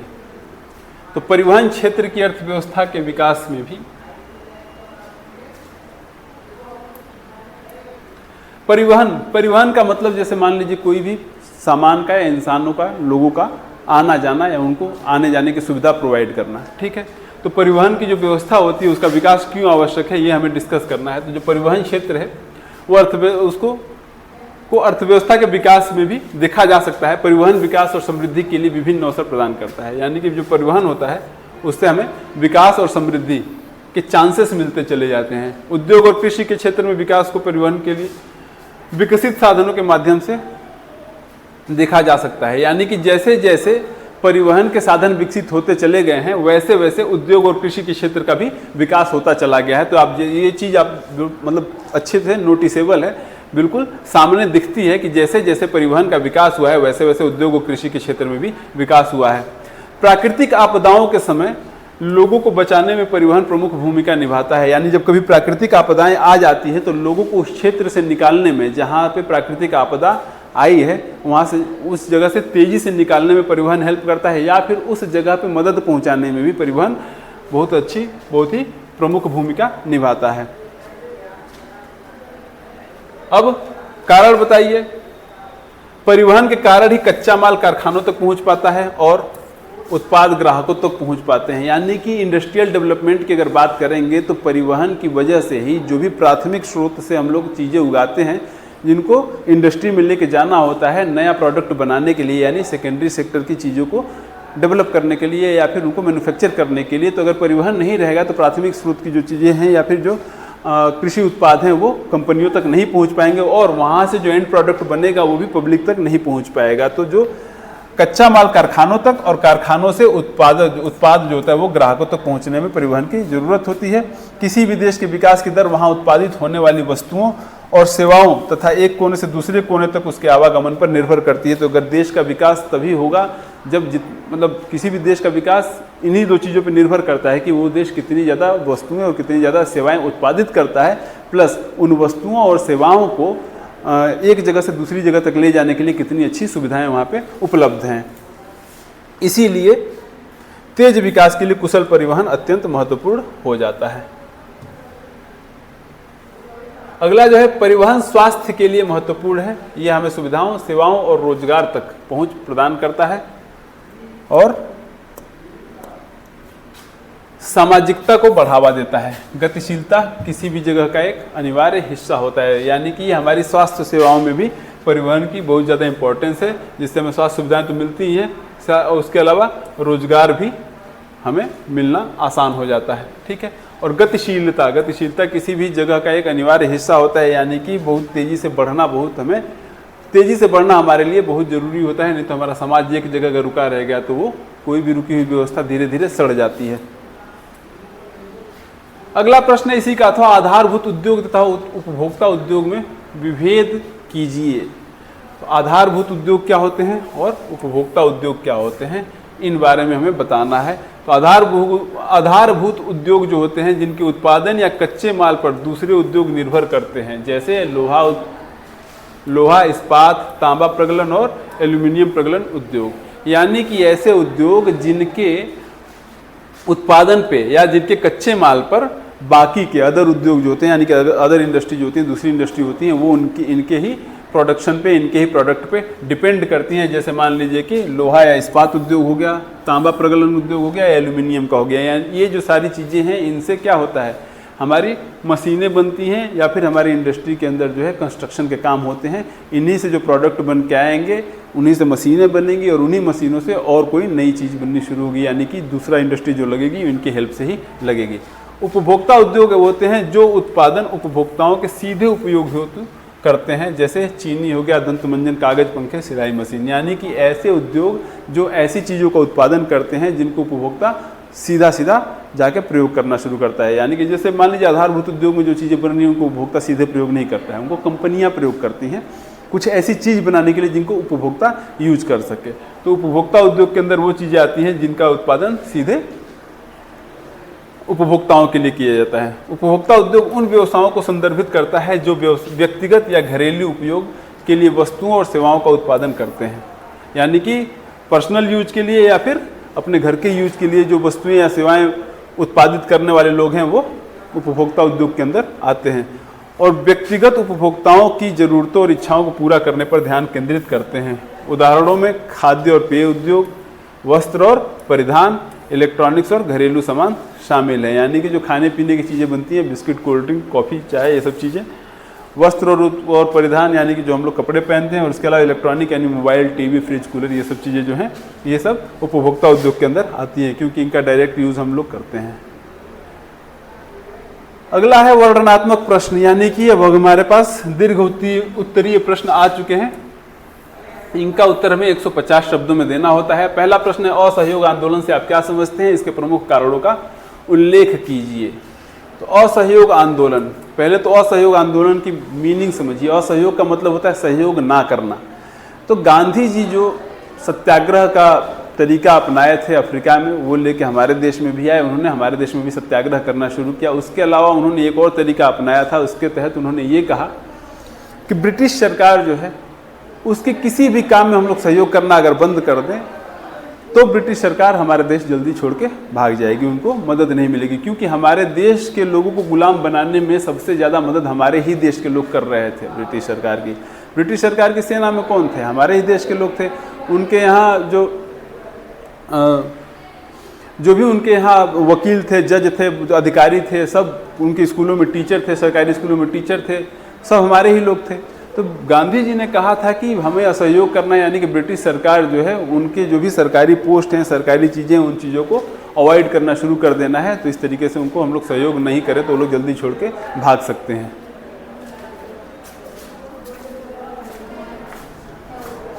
आवाज़ आ रही है, आवाज़ तेज आ रही है।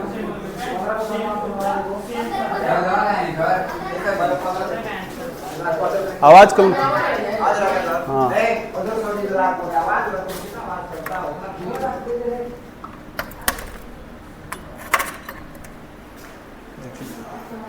हाँ, वो आएंगे तो खोल दीजिएगा, आवाज़ ज़्यादा आ रही है,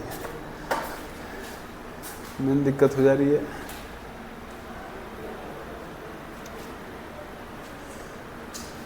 तो थोड़ा डिटेल में देखते हैं। असहयोग आंदोलन जो है औपचारिक रूप से 1 अगस्त 1920 को शुरू हुआ, क्योंकि इसी दिन 1 अगस्त 1920 को बाल गंगाधर तिलक का निधन हो गया था।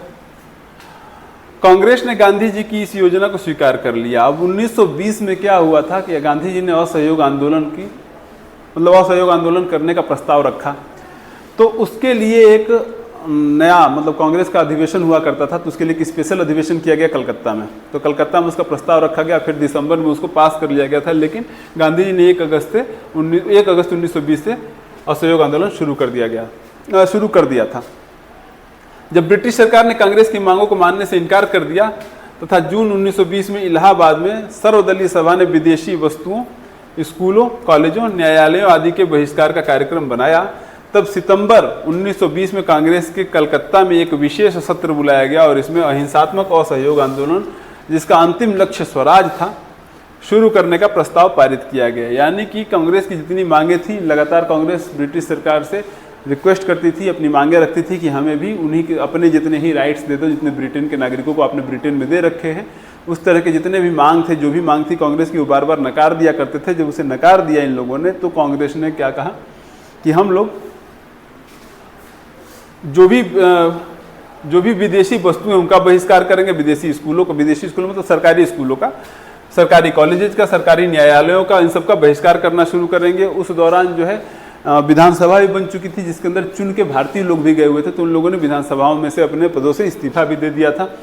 और इसी चीज़ के लिए सितंबर 1920 में वही कलकत्ता का एक विशेष सत्र बुलाया गया और उसके अंदर जो है असहयोग शुरू करने का प्रस्ताव पारित कर दिया गया। गांधी जी द्वारा चलाए गए असहयोग आंदोलन का अर्थ था कि किसी भी रूप में अंग्रेजों को सहयोग ना देना। जैसे मैंने बताया, किसी भी तरीके से अंग्रेजों को सहयोग नहीं दिया जाएगा, जैसे कोई टैक्स नहीं देंगे, उनके द्वारा चलाए जा रहे स्कूलों में शिक्षा नहीं लेंगे, उनकी वस्तुएं नहीं खरीदेंगे। इसका तात्पर्य ब्रिटिश सरकार को जड़ से खत्म करना भी था। तो इससे क्या हुआ, अगर मान लीजिए कोई उनको सहयोग देना ही बंद कर दें, अभी भी किसी को भी अगर सहयोग, मतलब किसी के साथ भी आपको किसी को वहाँ से हटाना है, किसी पर्टिकुलर जगह से हटाना है, तो उसका सारा सहयोग छीन लीजिए, उसको टेक्निकली सोशल बाइकआउट करना शुरू कर दीजिए, वहाँ से भाग जाएगा। तो इनका जो मेन उद्देश्य, मुख्य उद्देश्य जो था वो ब्रिटिश सरकार को जड़ से खत्म करना भी था, क्योंकि यदि कोई भी भारतीय इन सभी बातों का सही से पालन करेगा तो ब्रिटिश सरकार का कोष खाली हो जाएगा। ये सारी चीज़ें अगर हम लोग करेंगे तो इन्हीं के माध्यम से ब्रिटिश सरकार के पास पैसा जा रहा है, तो उनका जो खजाना है वो खाली हो जाएगा, जिसकी वजह से उनका हौसला टूट जाएगा और उन्हें यह समझ में आ जाएगा कि यहाँ शासन करना असंभव है। असहयोग आंदोलन का कारण क्या था? पहला कारण जो था कि प्रथम विश्व युद्ध जो 1919 तक चला था, उसके बाद आर्थिक कठिनाइयों के कारण महंगाई बहुत बढ़ गई थी। मध्यम वर्ग और निम्न वर्ग को इस महंगाई से अत्यधिक परेशानी का सामना करना पड़ा था। तो बहुत ज़्यादा महंगाई बढ़ गई, बहुत ज़्यादा परेशानी उनको होने लगी, पैसा उनके पास था नहीं और टैक्सेस तो थे ही, तो उनकी परेशानियां थी। तो उसकी वजह से उनको असहयोग आंदोलन करना जरूरी था, करना पड़ा। इन परिस्थितियों ने भारतीयों में ब्रिटिश विरोधी भावनाओं का प्रसार कर दिया। धीरे धीरे करके भारतीयों के अंदर ब्रिटिश विरोधी भावनाओं का प्रसार होना शुरू हो गया था और इसकी वजह से वो आंदोलन के लिए प्रोत्साहित हो जाते हैं। धीरे धीरे उनके अंदर आंदोलन की भावना जागृत हो जाती है। अगला प्रश्न है, इटली और जर्मनी के एकीकरण में यूरोप में राष्ट्रवाद के उदय का योगदान का विश्लेषण कीजिए। यानी कि इटली और जर्मनी का जो एकीकरण हुआ था, उसके लिए यूरोप में जो राष्ट्रवाद का आंदोलन हुआ था वह कैसे रिस्पॉन्सिबल था। अब यूरोप में जो राष्ट्रवाद का उदय है, पहले भी डिस्कस कर चुके हैं, 1789 की फ्रांस की क्रांति से माना जाता है। उसी के अंदर जो फ्रांस की क्रांति के अंदर जो आज़ादी और बंधुत्व की जो भावना थी, वहीं से धीरे धीरे पूरे यूरोप में राष्ट्रवाद की भावना जगती है। उसके बाद से जब फ्रांस की क्रांति हो जाती है तो नेपोलियन का उदय होता है। नेपोलियन क्या करता है, वो सारी पूरी भावना पूरे यूरोप जो फ्रांस के आज़ादी की जो भावना थी, लिबर्टी और क्या कहते हैं फ्रेटर्निटी की, उस भावना को पूरे यूरोप में भरने के लिए पूरे यूरोप में आक्रमण कर करके सारे एरिया को अपने आपस में कब्जा करना शुरू कर देता है। करते करते 1815 तक वो करता है। फिर 1815 में हमने जैसे पीछे डिस्कस किया कि प्रशा, ऑस्ट्रिया जैसे बहुत सारे राज्य मिलकर लड़ाई करते हैं। 1815 में नेपोलियन हार जाता है। तो 1815 में जब नेपोलियन हार जाता है तो यूरोप में एक नई सरकार आती है जो रूढ़िवादी होती है। वही वो वापस जो है राजाओं का शासन लेके आना चाहते हैं, डेमोक्रेसी यानी कि जो लोकतंत्र होता है उसे धीरे धीरे खत्म करना शुरू करते हैं। और उनके विरोध में जो उदारवादी लोग होते हैं, उदारवादी राष्ट्रवादी लोग होते हैं, वो खड़े हो जाते हैं और वहीं से वो विरोध करना, क्रांति करना शुरू करते हैं। तो उनके विरोध में 1830 से लेकर 1848 तक बहुत सारी क्रांतियाँ होती हैं। ठीक है, उन क्रांतियों के दौरान जितने भी उदारवादी राष्ट्रवादी लोग होते हैं वो अलग अलग माध्यमों से यूरोप के अलग अलग देशों में राष्ट्रवाद की भावना को जगाने का काम करते हैं। तो एक तरह से आप देखेंगे कि जो जर्मनी और जो इटली का एकीकरण हुआ है वो यूरोप के यानी फ्रांस के ही क्रांति से शुरू हो रहा है। ठीक है, इन क्रांतियों के दौरान अनेक माध्यमों से यूरोप के लोगों के बीच में राष्ट्रवाद की भावना का उदय हुआ और राष्ट्रवाद की इसी भावना ने जर्मनी और इटली के एकीकरण में प्रमुख भूमिका निभाई। अब जर्मनी का एकीकरण कैसे हुआ था? 1815 में जर्मनी के राज्यों को, या ऑस्ट्रेलिया नहीं, ऑस्ट्रिया के साथ मिलकर, यहाँ पे ऑस्ट्रिया होना है, ये मिसप्रिंट हो गया, ऑस्ट्रिया होगा। ऑस्ट्रिया के साथ मिलकर एक जर्मन महासंघ की स्थापना की गई थी। मिलाकर 1815 में जर्मनी के जो राज्य थे उनको ऑस्ट्रिया के साथ मिलाकर एक जर्मन महासंघ की स्थापना की गई। जर्मनी के मध्यम वर्ग के जो लोग थे उनके अंदर राष्ट्रीयता की भावना धीरे धीरे विकसित होनी शुरू हो गई थी। कब? 1815 से ही। जब 1815 में ऑस्ट्रिया के साथ मिला दिया गया जर्मनी के, ऑस्ट्रिया और जो नेपोलियन जब हारा था तो उस दौरान क्या हुआ था, जर्मनी के जो राज्य थे, जर्मनी को उसने 39 छोटे छोटे टुकड़ों में बांट रखा था, तो उन सभी राज्यों को ऑस्ट्रिया में मिला दिया गया। लेकिन और राष्ट्रीय को उनका राजा एक तरह से घोषित कर दिया गया। जर्मनी के जो लोग थे उनके अंदर धीरे धीरे राष्ट्रीयता की भावना तो जग गई ही थी, वो धीरे धीरे 1815 से शुरू हुई और धीरे धीरे विकसित होनी शुरू हुई। वो 1848 तक जर्मन महासंघ के अलग अलग क्षेत्रों को मिलाकर एक निर्वाचित सांसद द्वारा राष्ट्र राज्य बनाने का प्रयास किया गया। ये जो राष्ट्रीयता की भावना विकसित हो रही थी वो 1848 तक बढ़ते बढ़ते इतनी ज़्यादा बढ़ गई थी कि वहाँ के जो लोग थे, वहाँ के जो क्रांतिकारी थे, उन लोगों ने क्या किया, जर्मन महासंघ के जो अलग अलग वही 39 क्षेत्र थे, उन्होंने कई सारे क्षेत्रों को आपस में मिलाया और एक निर्वाचित सांसद द्वारा, यानी कि उन लोगों ने क्या किया, अपने में से चुने हुए लोगों को, सांसदों का निर्वाचन किया और उनके द्वारा जर्मनी को एक राष्ट्र राज्य बनाने की कोशिश की। लेकिन इस पहल को राजशाही और सेना द्वारा दबा दिया गया है। यानी कि ये जो पहल थी, इन्होंने जो कोशिश की थी अपने चुने हुए सांसदों के माध्यम से सरकार बनाने की, उसको जो है सेना और राजशाही ने दबा दिया था। फिर 1866 में एक लड़ाई होती है जर्मनी और ऑस्ट्रिया के बीच में और ऑस्ट्रिया की पराजय हो जाती है। ऑस्ट्रिया इस लड़ाई में हार जाता है, तो इस तरह से ऑस्ट्रिया का प्रभाव जर्मनी पर से खत्म हो जाता है। फिर धीरे धीरे 1871 तक की समय तक ऐसे ऑस्ट्रिया का प्रभाव खत्म होता है और 1871 में जर्मन राज्य जो होता है वह एकीकृत हो जाते हैं। इस एकीकरण में ऑटो वॉन बिस्मार्क नाम के व्यक्ति का बहुत ही महत्वपूर्ण योगदान रहता है, ये पहले भी हम डिस्कस कर चुके हैं। तो इस तरह से आप देखेंगे कि 1815 के अंदर जब जर्मनी को ऑस्ट्रिया के हाथ में दे दिया गया था, तो वहाँ पे लोगों के अंदर जो राष्ट्रवाद की भावना थी, उसी की वजह से जर्मनी का एकीकरण संभव हो पाया। आगे देखेंगे इटली का एकीकरण। इटली में भी ऐसे ही छोटे छोटे कई सारे राज्यों में विभाजित था। इटली 7 राज्यों में विभाजित था। इसके एकीकरण में अनेक प्रसिद्ध व्यक्तियों का योगदान दिया, जैसे जुसेपे मैत्सिनी थे, कैमिलो डी काबूर थे और जुसेपे गैरिबाल्डी थे। अब इन सबके योगदान क्या कहते हैं, ये मैत्सिनी को मैजिनी भी कहा जाता है, मैत्सिनी को मेजिनी भी हम लोग कहते हैं, इनका नाम हिंदी में मेजिनी बोलते हैं। तो मेजिनी जो है ये यंग इटली और यंग यूरोप जैसी संस्थाओं का गठन करते हैं। ये मतलब भूमिगत समाज थे। भूमिगत समाज से मतलब होता है कि हिडन संस्थाएं थी, सीक्रेट सोसाइटीज़ थी, जिनके बारे में सरकार से छुप के ये इनके जो भी मीटिंग्स होती थी सरकार से छुप के होती थी। इनको जो सरकार थी, रूढ़िवादी सरकार, इनको गलत मानती थी। ठीक है, तो उन्होंने ऐसी संस्थाओं का गठन किया जिन्होंने देश के अंदर राष्ट्रवाद की भावना को जगाने का काम किया था।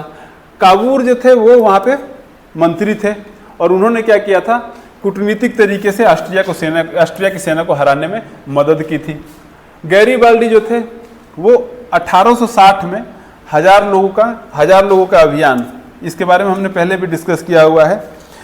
जो साउथ इटली के अंदर 1000 लोगों का अभियान था, उन्होंने एक स्वयंसेवकों के समूह का नेतृत्व किया था, जिसे इटली के अंदर उन्होंने लेके गए थे इटली को जोड़ने, एकीकरण के लिए। वो इटली के लोगों का स्वयंसेवकों का एक समूह था जिसका उन्होंने उसके अभियान का नेतृत्व किया था। और 1867 में इन्होंने स्वयंसेवकों की सेना का नेतृत्व किया था, जो पेपल राज्यों से लड़ने के लिए रोम गई। और पेपल राज्य में फ्रांस की सेना थी, तो इन्होंने क्या किया था, स्वयंसेवकों की एक सेना बनाई और उनको लेके पेपल राज्य गए वहाँ की सेना से लड़ने। और पेपल में फ्रांस की सेना थी। 1870 में क्या होता है, प्रशासक युद्ध के दौरान जो फ्रांस अपनी सेना वापस बुला लेता है, फ्रांस क्या करता है, रोम से अपनी सेना को वापस बुला लेता है। और फ्रांस की सेना की वजह से ही जो पेपल राज्य जो इटली था उनका कब्जा था, उस पर प्रशा का कब्जा था। तो जब सैनिक वापस चले जाते हैं तो अंततः पेपल राज्य जो है वो इटली के अंदर शामिल हो जाता है और इस तरीके से इटली का एकीकरण हो जाता है। अगला प्रश्न है, भारत की संघात्मक शासन व्यवस्था की प्रमुख विशेषताओं का वर्णन कीजिए। अब संघात्मक के बारे में हम पहले डिस्कस कर चुके हैं कि संघात्मक व्यवस्था वह व्यवस्था होती है जिसके अंदर शक्तियों का स्पष्ट विभाजन होता है, संघ और राज्य के, सेंटर और जो स्टेट होते हैं उनके बीच में। ठीक है, आइए देख लेते हैं। संघीय देश की निम्नलिखित विशेषताएं या लक्षण होते हैं। पहला, शक्तियों का विभाजन। संविधान स्पष्ट रूप से शक्तियों को 3 स्तर पर बांटता है। मतलब जो संघीय व्यवस्था में जो संविधान होता है स्पष्ट रूप से शक्तियों को 3 स्तर में बांटता है। केंद्र सूची या संघ सूची, राज्य सूची या और समवर्ती सूची, मतलब 3 सूचियों में शक्तियों को बांट दिया गया है। संघ सूची के अंदर कौन कौन सी चीजें आती हैं, प्रतिरक्षा यानी डिफेंस, विदेशी मामले आते हैं, बैंकिंग आता है, संचार तथा मुद्रा जैसे राष्ट्रीय महत्व के विषय आते हैं। ठीक है, संघ सूची के विषयों पर कानून बनाने का अधिकार केवल केंद्र सरकार को होता है, ये हम पहले भी डिस्कस कर चुके हैं। राज्य सूची में अगर देखेंगे तो पुलिस आता है, व्यापार आता है, कृषि आता है, ऐसे विषय आते हैं जिन पे राज्य कानून बनाते हैं। राज्य सूची के विषयों पर कानून बनाने का अधिकार सिर्फ और सिर्फ राज्य के पास होता है, राज्य सरकारों के पास होता है। समवर्ती सूची में शिक्षा हो गया, वन हो गया, मजदूर हो गया, मजदूर संघ हो गया, ये सारे विषय आते हैं और इन पर कानून बनाने का अधिकार केंद्र और राज्य दोनों को होता है। यानी कि केंद्र सूची के अंदर कुछ ऐसे विषय आते हैं जो राष्ट्रीय महत्व के होते हैं, उनके ऊपर केंद्र का कंट्रोल ज़्यादा जरूरी है। कुछ ऐसे विषय होते हैं जो राज्य के कंट्रोल में आए तो ज़्यादा बेहतर होता है, जैसे हमारा पुलिस हो गया, व्यापार हो गया, कृषि हो गया, ये राज्य के पास कंट्रोल में रहे तो ज़्यादा बेहतर। उन पे जो है कानून बनाने का अधिकार राज्य के पास होता है। समवर्ती सूची के अंदर कोई भी कानून बना सकता है, चाहे राज्य बना दे चाहे केंद्र बना दे, लेकिन अगर कोई ऐसा विषय है जिस पे दोनों ने कानून बना दिया है तो उस कंडीशन में केंद्र का कानून मान्य होता है। ठीक है। उसके अलावा संघात्मक शासन व्यवस्था में शासन की 3 स्तरीय व्यवस्था होती है। अलग अलग स्तर की सरकारें एक ही स्तर के नागरिकों पर शासन करती है। इसका मतलब यही हुआ कि जो नागरिक यानी कोई भी एक ही नागरिक है उसके ऊपर 3 तरह की सरकार शासन करेंगे। एक स्थानीय सरकार होगी जैसे कि ग्राम पंचायतें, नगर पालिकाएं होती हैं। दूसरे स्तर पर राज्य सरकार होगी जैसे हमारे मुख्यमंत्री और हमारे विधायक होते हैं जिस जगह पे। और तीसरे स्तर पर देश की जो सरकार होती है, सेंट्रल गवर्नमेंट होती है, जैसे हमारे सांसद और प्रधानमंत्री हैं। ठीक है। तो ये एक ही इंसान पे तीनों जैसे मान लीजिए मैं हूँ इस देश का नागरिक हूँ तो मेरे ऊपर 3 तरह का शासन हो रहा है। जो मेरा जो जिला पंचायत या जो भी मेरी नगर पालिका है, या फिर जो अगर मैं किसी गांव का नागरिक हूँ तो मेरी ग्राम पंचायत, गांव के जो प्रधान हैं वो मेरे ऊपर शासन कर रहे हैं। उसके अलावा जिस प्रदेश का नागरिक हूँ उस प्रदेश की राज्य सरकार हम पे शासन, मुझ पर शासन कर रही है। उसके अलावा जिस देश का नागरिक यानी भारत का नागरिक, भारत की जो सेंट्रल गवर्नमेंट है वो भी मुझ पर शासन कर रही है। तो एक ही स्तर के नागरिक पे 3 स्तर की सरकार चल रही है। इस प्रकार के शासन के 3 स्वरूप होते हैं, केंद्र सरकार, राज्य सरकार और स्थानीय सरकार, जिनके अंदर पंचायतें आती हैं। ठीक है। असमान अधिकारों का वितरण, यानी कि जो भी ये 3 स्तर की सरकारें हैं सभी के पास समान स्तर के अधिकार नहीं होते हैं। केंद्र सरकार के पास थोड़ा ज़्यादा अधिकार होगा, राज्य सरकार पे उनसे थोड़ा सा कम होगा, स्थानीय सरकार पे और ज़्यादा कम होगा। सभी प्रशासनिक इकाइयों को समान अधिकार प्राप्त नहीं होता। संघीय व्यवस्था में सबको साथ लेकर चलना होता है, परंतु सभी इकाइयों को बराबर का अधिकार नहीं होता है। वही राज्य सरकार के पास थोड़ा केंद्र सरकार से कम है और स्थानीय संस्थाओं के पास राज्य सरकार से भी कम अधिकार होता है। सरकार के दोनों स्तरों की सहमति, संघीय शासन व्यवस्था में अगर संविधान के मौलिक प्रावधानों में कोई अगर परिवर्तन करना है तो कोई एक सरकार अकेले इसको नहीं बदल सकती है, उसके लिए राज्यों की भी सहमति जरूरी होती है। ठीक है। यह व्यवस्था भारत में भी है, यहाँ संसद अकेले व्यवस्था में बदलाव नहीं कर सकती है, राज्यों की भी सहमति जरूरी है। क्षेत्रीय अधिकार, संघीय व्यवस्था में संवैधानिक प्रावधानों और कानूनों के क्रियान्वयन की देखरेख में न्यायपालिका महत्वपूर्ण भूमिका निभाती है। केंद्र और राज्य के बीच शक्तियों के बंटवारे के संबंध में कोई विवाद होने पर फैसला उच्च न्यायालय तथा सर्वोच्च न्यायालय में ही होता है। यानी कि जो संघीय व्यवस्था होती है उसके जो संवैधानिक प्रावधान है उनके बारे में क्या अगर कुछ भी विवाद होता है तो उसके लिए सुप्रीम कोर्ट या हाई कोर्ट के अंदर जाके फाइनल डिसीजन लिया जाता है।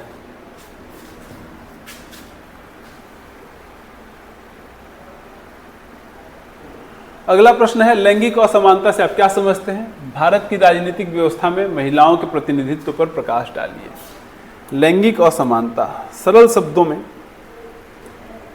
लैंगिक असमानता को महिलाओं के लिए निष्पक्षता या न्याय की कमी के रूप में परिभाषित किया जा सकता है। यानी कि महिलाओं के लिए निष्पक्षता यानी कि भेदभाव किया जाता है इस बात को लेके कि अगर कोई लड़की या कोई महिला है तो उसकी क्षमताओं पे या फिर उसके लिए कुछ जो अधिकार हैं उनको लेके भेदभाव किया जाता है, उनको कमतर करके आंका जाता है। ठीक है। या न्याय की कमी, यानी उनको न्याय भी आसानी से नहीं मिलता है। अगर ऐसा कभी होता है तो हम इसे लैंगिक असमानता कहते हैं। यह अक्सर शिक्षा के क्षेत्र में सामने आता है। जैसे कि होता है अक्सर गाँव में या फिर कई जगह बहुत सारे घरों में ऐसा होता है कि लड़कियों की शिक्षा के लिए ना तो ज़्यादा खर्चा किया जाता है, ना उन्हें दूर भेजने की कोशिश की जाती है और ना ही उनको प्रोत्साहित किया जाता है बड़ी और उच्च शिक्षा के लिए। अब थोड़ी थोड़ी चीज़ें बदल रही हैं लेकिन अक्सर ऐसा होता रहा है। लेकिन मानव समाज के हर क्षेत्र में भी देखा जाता है, चिकित्सा और श्रम सहित, यानी कि केवल शिक्षा ही नहीं और भी क्षेत्रों में ये लैंगिक असमानता देखी जा सकती है। बहुत सारे क्षेत्र ऐसे हैं जहाँ पे काम सेम है, पुरुष और महिला दोनों काम सेम कर रहे हैं पर महिलाओं को तनख्वाह कम दी जाती है, पेमेंट कम दी जाती है। उसके अलावा प्रेफर करते हैं लोग कि पुरुषों को काम ज़्यादा दें क्योंकि उनको लगता है कि महिलाएं उतना बेहतर काम नहीं करती हैं, तो इसको भी हम लोग लैंगिक असमानता के अंदर ही डालेंगे। महिलाओं के लिए राजनीतिक भागीदारी न केवल एक लोकतांत्रिक अधिकार है बल्कि लैंगिक समानता और सामाजिक सशक्तिकरण प्राप्त करने का एक महत्वपूर्ण मार्ग भी है। यानी कि अगर राजनीतिक रूप से उनको भागीदारी दिया जाए, यानी राजनीतिक संस्थाओं में महिलाओं का प्रवेश बढ़ा दिया जाए, राजनीतिक संस्थाओं में महिलाओं को डाला जाए, उनको थोड़ी ताकत दे दी जाए, तो उससे क्या होगा? एक तो उनका लोकतांत्रिक अधिकार भी है, वो कमतर थोड़ी हैं, वो भी एक उतनी ही है अधिकारी जितना एक पुरुष है, उनका लोकतांत्रिक अधिकार भी है। लेकिन अगर हम लोग ऐसा करें तो लैंगिक समानता को भी हम लोग बल देंगे, उसके अलावा सामाजिक सशक्तिकरण भी इससे बढ़ेगा। यानी कि महिलाएं जो कि अब तक समाज में बहुत कमज़ोर के तौर पे देखी जाती है, कमज़ोर मानी जाती हैं, उनको भी सशक्तिकरण का, उनको भी पावरफुल होने का मौका मिलेगा। तो इस तरीके से अगर हम लोग महिलाओं की राजनीतिक भागीदारी को बढ़ा दें तो उनको पावर मिलनी शुरू हो जाएगी, जिससे उनका सशक्तिकरण होना शुरू हो जाएगा। इंदिरा गांधी का जन्म 1966 में हुआ था, वो भारत की पहली महिला प्रधानमंत्री थी।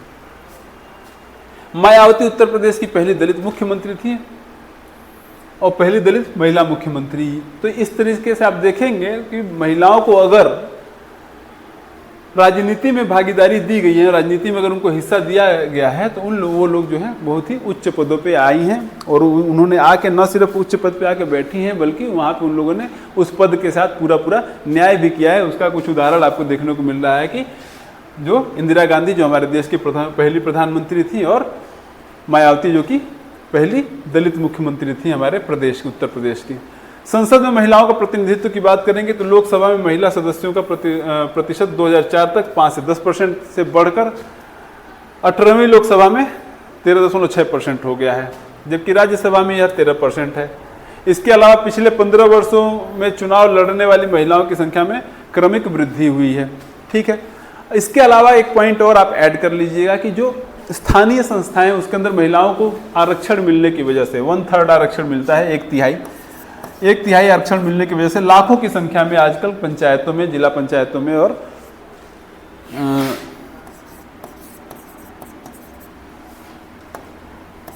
ग्राम पंचायत और जिला पंचायत जैसी संस्थाओं में बहुत लाखों की संख्याओं में आजकल महिलाएं हैं। एक पॉइंट और इसमें आपको ऐड करना पड़ेगा कि 2023 में जो नारी शक्ति वंदन अधिनियम हुआ, वो महिलाओं की भागीदारी को राजनीति में बढ़ाने के लिए महिलाओं को लोकसभा में, विधानसभाओं में और दिल्ली विधानसभा में 33% का आरक्षण देता है। ये आप वो कर लीजिएगा कि 2023 में नारी शक्ति वंदन अधिनियम महिलाओं को लोकसभा, विधानसभा और दिल्ली विधानसभा में 33% का आरक्षण देता है। तो इससे भी महिलाओं की राजनीति में भागीदारी सुनिश्चित होगी।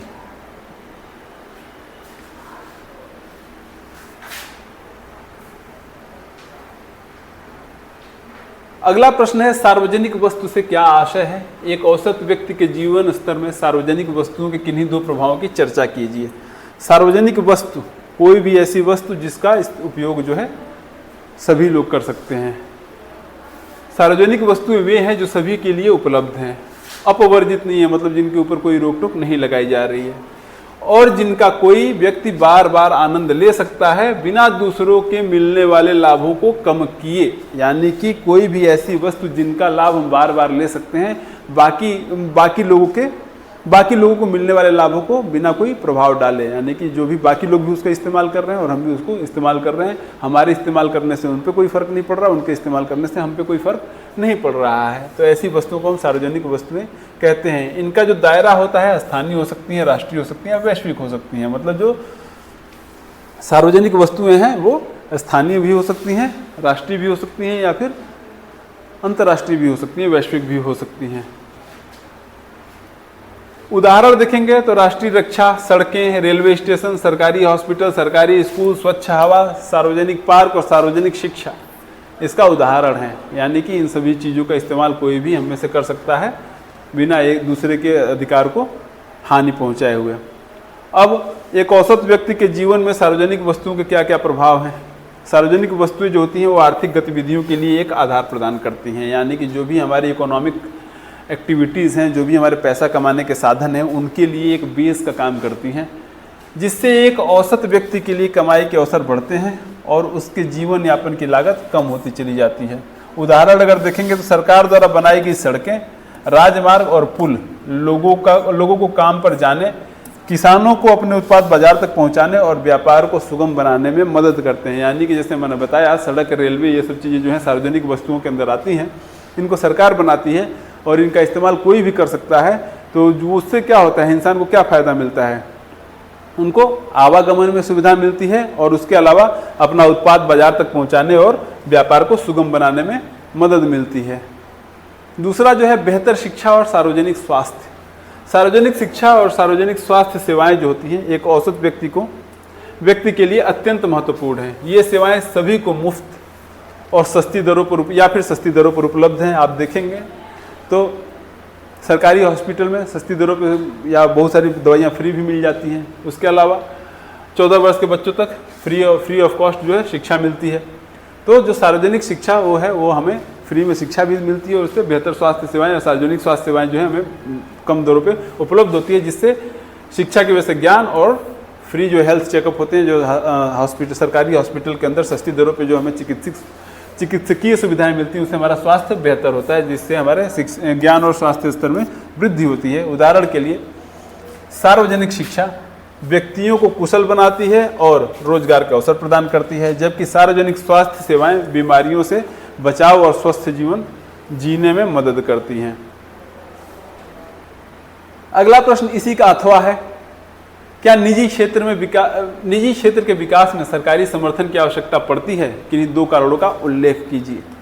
अब यहाँ पे निजी क्षेत्र एक दिख रहा है, तो जो बिजनेस होते हैं या जो भी उद्योग होते हैं उनको 2 तरीके के क्षेत्रों में भी बांटा जा सकता है। मतलब उनकी कौन उसे ओन करता है, कौन उसका मालिकाना हक रखता है, उस बेसिस पे 2 तरीके के हो सकते हैं, सार्वजनिक या निजी क्षेत्र।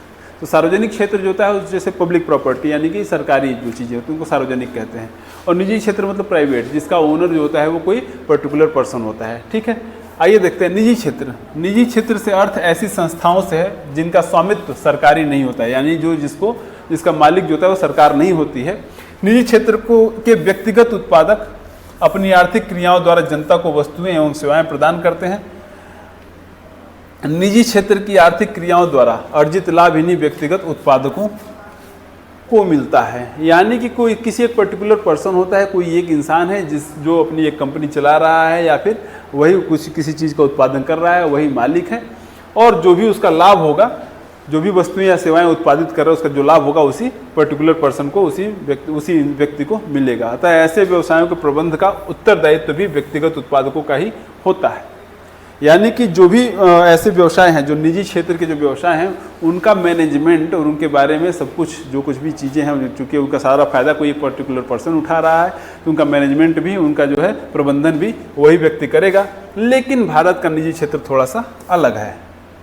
यहाँ पे निजी क्षेत्र पूर्णतया स्वतंत्र नहीं है, यानी कि जो प्राइवेट सेक्टर है वो भी पूरी तरह से अपने दम पे सब कुछ करने के लिए जो फ्री नहीं है। यहाँ पे समय समय पर सरकार द्वारा अनेक नीतिगत फैसलों द्वारा विभिन्न प्रकार के नियंत्रण लगाकर बाजार तंत्र या कीमत तंत्र को नियमित किया जाता है। यानी कि सरकार जो है वो निजी क्षेत्र पे भी बहुत सारे अलग अलग तरीके के नियम लगा के उनसे कीमतों को नियंत्रित करने का काम करती है या फिर उनके मार्केट को नियंत्रित करने का काम करती है। अब निजी क्षेत्र में को समर्थन की आवश्यकता है या नहीं है, अगर देखेंगे तो हाँ, बिल्कुल निजी क्षेत्र को समर्थन की आवश्यकता होती है। निजी क्षेत्र को सरकारी समर्थन की आवश्यकता पड़ती है। अर्थव्यवस्था के विकास और सामाजिक लक्ष्यों को प्राप्त करने के लिए यह समर्थन महत्वपूर्ण भी है। इसके 2 प्रमुख कारण कौन कौन से? पहला तो आधारभूत संरचना का विकास और भारी निवेश। बहुत सारे काम ऐसे होते हैं जिनके लिए निजी क्षेत्र के पास ना तो पैसा होता है, ना ही इतना पेशेंस होता है। जैसे मान लीजिए उसको उन प्रोसेसेस में या उन कामों में इन्वेस्टमेंट बहुत ज़्यादा लगती है और उनमें फ़ायदा होने में समय लगता है। तो निजी क्षेत्र जो है इतना बड़ा रिस्क नहीं लेना चाहते, तो उस कंडीशन में सरकार उनको थोड़ी सी मदद कर देती है। जैसे कई ऐसे महत्वपूर्ण क्षेत्र हैं जिनमें बहुत अधिक पूंजी निवेश की आवश्यकता होती है और उनसे लाभ प्राप्त करने में लंबा समय लगता है। उदाहरण के लिए सड़कें बनाने में, बंदरगाह बनाने में, बिजली संयंत्र और रेलवे जैसी बुनियादी ढांचे के निर्माण में, यानी कि इन सारी चीज़ों के निर्माण में बहुत ज़्यादा पैसा लगता है और उससे लाभ प्राप्त करने में लंबा समय लगता है। जैसे मान लीजिए सड़कें बनानी है और रेलवे जैसी सुविधाएं बनानी है, तो इन चीज़ों के लिए ज़मीन चाहिए, ज़मीन का अधिग्रहण करना पड़ता है। इतना पैसा निजी क्षेत्र के पास भी नहीं होता है। तो सरकार क्या करती है, ऐसे प्रोजेक्ट में वित्तीय सहायता दे देती है, टैक्स में छूट दे देती है, या सार्वजनिक निजी भागीदारी यानी पब्लिक प्राइवेट पार्टनरशिप के तहत से इस मॉडल के माध्यम से निजी क्षेत्र को प्रोत्साहित करती है, कहती है कि तुम बनाओ, हम भी पैसा देंगे, हम तुम्हें डिस्काउंट दे देंगे, या फिर जो उससे कमाई होगी उस कमाई का कुछ हिस्सा तुम्हें दिया जाएगा, कुछ साल तक सारी कमाई तुम रख सकते हो। ये इस तरीके से सड़कें और रेलवे स्टेशन और रेलवे ट्रैक को बनाने में वो हेल्प करती है, या फिर बंदरगाहों के डेवलपमेंट में, उनके मेंटेनेंस में वो निजी क्षेत्रों का हेल्प ले लेती है। इस तरह सरकारी समर्थन से क्या होता है, देश के लिए आवश्यक बुनियादी ढांचे का निर्माण हो जाता है, जिसका लाभ आगे चल के सभी उद्योगों को मिलता है। अगला जो है नए उद्योगों को प्रोत्साहन और सामाजिक लक्ष्यों की पूर्ति। सरकार जो है देश के संतुलित विकास और भविष्य की जरूरतों को ध्यान में रखते हुए कुछ विशेष उद्योगों को बढ़ावा देना चाहती है, जैसे नवीकरणीय ऊर्जा, जैसे सौर और पवन ऊर्जा, रक्षा उपकरण निर्माण या पिछड़े क्षेत्रों में उद्योग स्थापित करना। अब क्या होता है, जो इस तरीके के नवीकरणीय ऊर्जा जैसे नए नए जो टेक्नोलॉजी हैं, इनके बारे में चूँकि बहुत ज़्यादा लोगों को पता नहीं होता है, तो इनका जो डेवलपमेंट होने में या इनके बारे में, इनके प्रोडक्ट बिकने में थोड़ा समय लगता है, रिस्क होता है, इसमें घाटा होने का भी रिस्क होता है। तो ऐसे जो निजी क्षेत्र की कंपनियां हैं वो ऐसे प्रोडक्ट्स को जल्दी या ऐसे बिजनेस में जल्दी पैसा इन्वेस्ट करना नहीं चाहती हैं। तो सरकार क्या करती है, सरकार इन क्षेत्रों में निवेश करने वाली निजी कंपनियों को सब्सिडी देने लगती है, आर्थिक छूट देने लगती है, उनके टैक्सेस में कटौती करती है, यानी कि उनको टैक्स ब्रेक देती है, उनको थोड़ा सा टैक्स में छूट देनी शुरू कर देती है। उसके अलावा आसान ऋण जैसी सुविधाएं, यानी कि अगर उनको लोन दिया जाए तो कम टैक्स रेट पे, कम इंटरेस्ट रेट पे दिया जाए और ईजिली उनको लोन, मतलब ज़्यादा डॉक्यूमेंटेशन उनका ना किया जाए, तो ऐसी सुविधाएँ देती है। इससे क्या होता है, न केवल देश नई तकनीकी में आत्मनिर्भर बनता है, बल्कि पिछड़े इलाकों में रोजगार के अवसर भी पैदा होते हैं, जिससे सामाजिक और आर्थिक समानता को बढ़ावा मिलता है। तो इस तरीके से आप देखेंगे कि निजी क्षेत्र में सरकारी समर्थन की आवश्यकता कहाँ कहाँ पड़ती है और क्यों पड़ती है, उससे फायदा क्या होता है। ठीक है, आइए अगला प्रश्न देखते हैं। अगला प्रश्न है, बहुउद्देशीय नदी परियोजना क्या होती है, यह जल संरक्षण एवं प्रबंधन में किस प्रकार सहायता करती है। जल संरक्षण और जल का प्रबंधन बहुत ज़्यादा जरूरी है, क्योंकि जल जो है एक बहुत ही महत्वपूर्ण संसाधन है हमारे जीवन के लिए, हमारी कृषि संबंधी, हमारे उद्योग संबंधी, हमारे घर के, मतलब जो दैनिक ज़रूरतें हैं उनकी संबंधी आवश्यकताओं को पूरी करने के लिए जल जो है बहुत ज़्यादा महत्वपूर्ण संसाधन है। और तेज़ी से जल जो है वो या तो प्रदूषित हो रहा है या धीरे धीरे बहुत तेज़ी में ख़त्म हो रहा है, खासकर भूजल स्तर जो हमारा बहुत तेज़ी में ख़त्म हो रहा है। कहीं पे बहुत ज़्यादा जल हो जा रहा है, कहीं पे बिल्कुल ही सूखा पड़ जा रहा है, ये भी है आजकल बहुत ज़्यादा। तो बहुउद्देशीय नदी घाटी जो परियोजनाएं हैं वो इन्हीं चीज़ों में कैसे हेल्प करती हैं, जल के संरक्षण में कैसे हेल्प करती हैं, ये हमें देखना है। कह रहे वे सभी परियोजनाएं जिसके द्वारा कई उद्देश्यों जैसे बाढ़ नियंत्रण, मृदा अपरदन पर रोक, पेय एवं सिंचाई हेतु जलापूर्ति, विद्युत उत्पादन, मत्स्य पालन, जल कृषि, वन्य जीव संरक्षण, पर्यटन इत्यादि की पूर्ति एक साथ हो जाती है, ये बहुउद्देशीय परियोजनाएं कहलाती हैं। बहुउद्देशीय मतलब जैसे नाम से दिख रहा है, बहु मतलब एक से ज़्यादा, ढेर सारी, उद्देश्य मतलब उद्देश्य, मतलब एक से ज़्यादा हमारे टारगेट को क्लियर वो करे एक साथ, अगर एक से ज़्यादा टारगेट पूरा करे या एक से ज़्यादा हमारे कामों के लिए कोई परियोजना यूज की जा रही है तो उसे बहुउद्देशीय परियोजना कहते हैं। तो जैसे आप देखेंगे कि बाढ़ नियंत्रण, मृदा अपरदन, पीने के लिए और सिंचाई के लिए पानी की आपूर्ति, विद्युत उत्पादन, मछली पालन, जल कृषि और वन्य जीव संरक्षण, पर्यटन, ये सारे उद्देश्य, ये बहुत सारे काम एक साथ हो रहे हैं किसी एक परियोजना से, जिनको बहुउद्देशीय परियोजना कहते हैं। जो बहुउद्देशीय नदी घाटी परियोजना होती है उनका उपयोग जल विद्युत उत्पादन और बाढ़ नियंत्रण के लिए किया जाता है। ये परियोजनाएं बाढ़ को रोक सकती हैं क्योंकि इनके अंदर पानी जमा किया जा सकता है। इन कार्यक्रमों ने कई दुख की नदियों को लाभ की नदियों में बदल दिया है। कोसी नदी इसका एक उदाहरण है। अब क्या है कि कोसी नदी जो है वो बिहार का शोक कही जाती है क्योंकि इसके अंदर उसको बहुत ज़्यादा अपना रास्ता बदलती है, तो उसकी वजह से आए दिन बहुत ज़्यादा बाढ़ आती रहती थी। तो बहुत सारी बहुउद्देशीय परियोजनाएं उनके ऊपर लगा के नदियों के जल को नियंत्रित किया जाता है कि कहीं भी किधर भी ना भागे। और तो इनके नुकसान भी होते हैं, पर यहाँ पे हम लोग फायदे देखने हमको। चूंकि ये पानी को धीरे धीरे बहने देती है, इसीलिए ये पानी के प्रवाह को सीमित करके मिट्टी की रक्षा करती है, यानी कि मृदा अपरदन को भी रोकती हैं। ठीक है, और पानी जब धीरे धीरे बहता है तो उसे कंट्रोल किया जा सकता है, बांध बना कंट्रोल करते हैं, तो बाढ़ को रोकने में भी ये हेल्प करती हैं। अब बहुउद्देशीय नदी परियोजनाएं समन्वित जल संरक्षण, जल संसाधन का प्रबंधन, यानी कि जो बहुउद्देशीय नदी परियोजनाएं हैं वो जल संसाधन का प्रबंधन मैनेजमेंट कैसे करती हैं। पुरातात्विक और ऐतिहासिक स्रोतों से प्राचीन काल में जानकारी जलीय संरचना की उपस्थिति का प्रमाण मिलता है। बहुत सारे पुरातात्विक स्रोत और ऐतिहासिक स्रोत जब हम पढ़ते हैं तो उसके अंदर हमें पता चलता है कि अलग अलग तरह की बहुत सारी जलीय संरचनाएं उस समय बना के रखते थे। जैसे कुएं और तालाब जैसी रचनाओं की बात हो रही है कि उस समय पहले भी के लोग भी पुरातन काल में भी लोग उनको जलीय संरचनाएं यानी कुएं और तालाब जैसी चीज़ें बना के रखते थे। ये जो संरचना थी जल के प्राकृतिक प्रवाही सिद्धांत पर आधारित है, जो जल संरक्षण को बढ़ावा देती है। यानी कि ये जो भी चीज़ें थी, ये सब जो भी तालाब था, कुएं थे और जो भी वाटर रिजर्वायर बनाए जाते थे, उससे जल के संरक्षण को बढ़ावा मिलता था।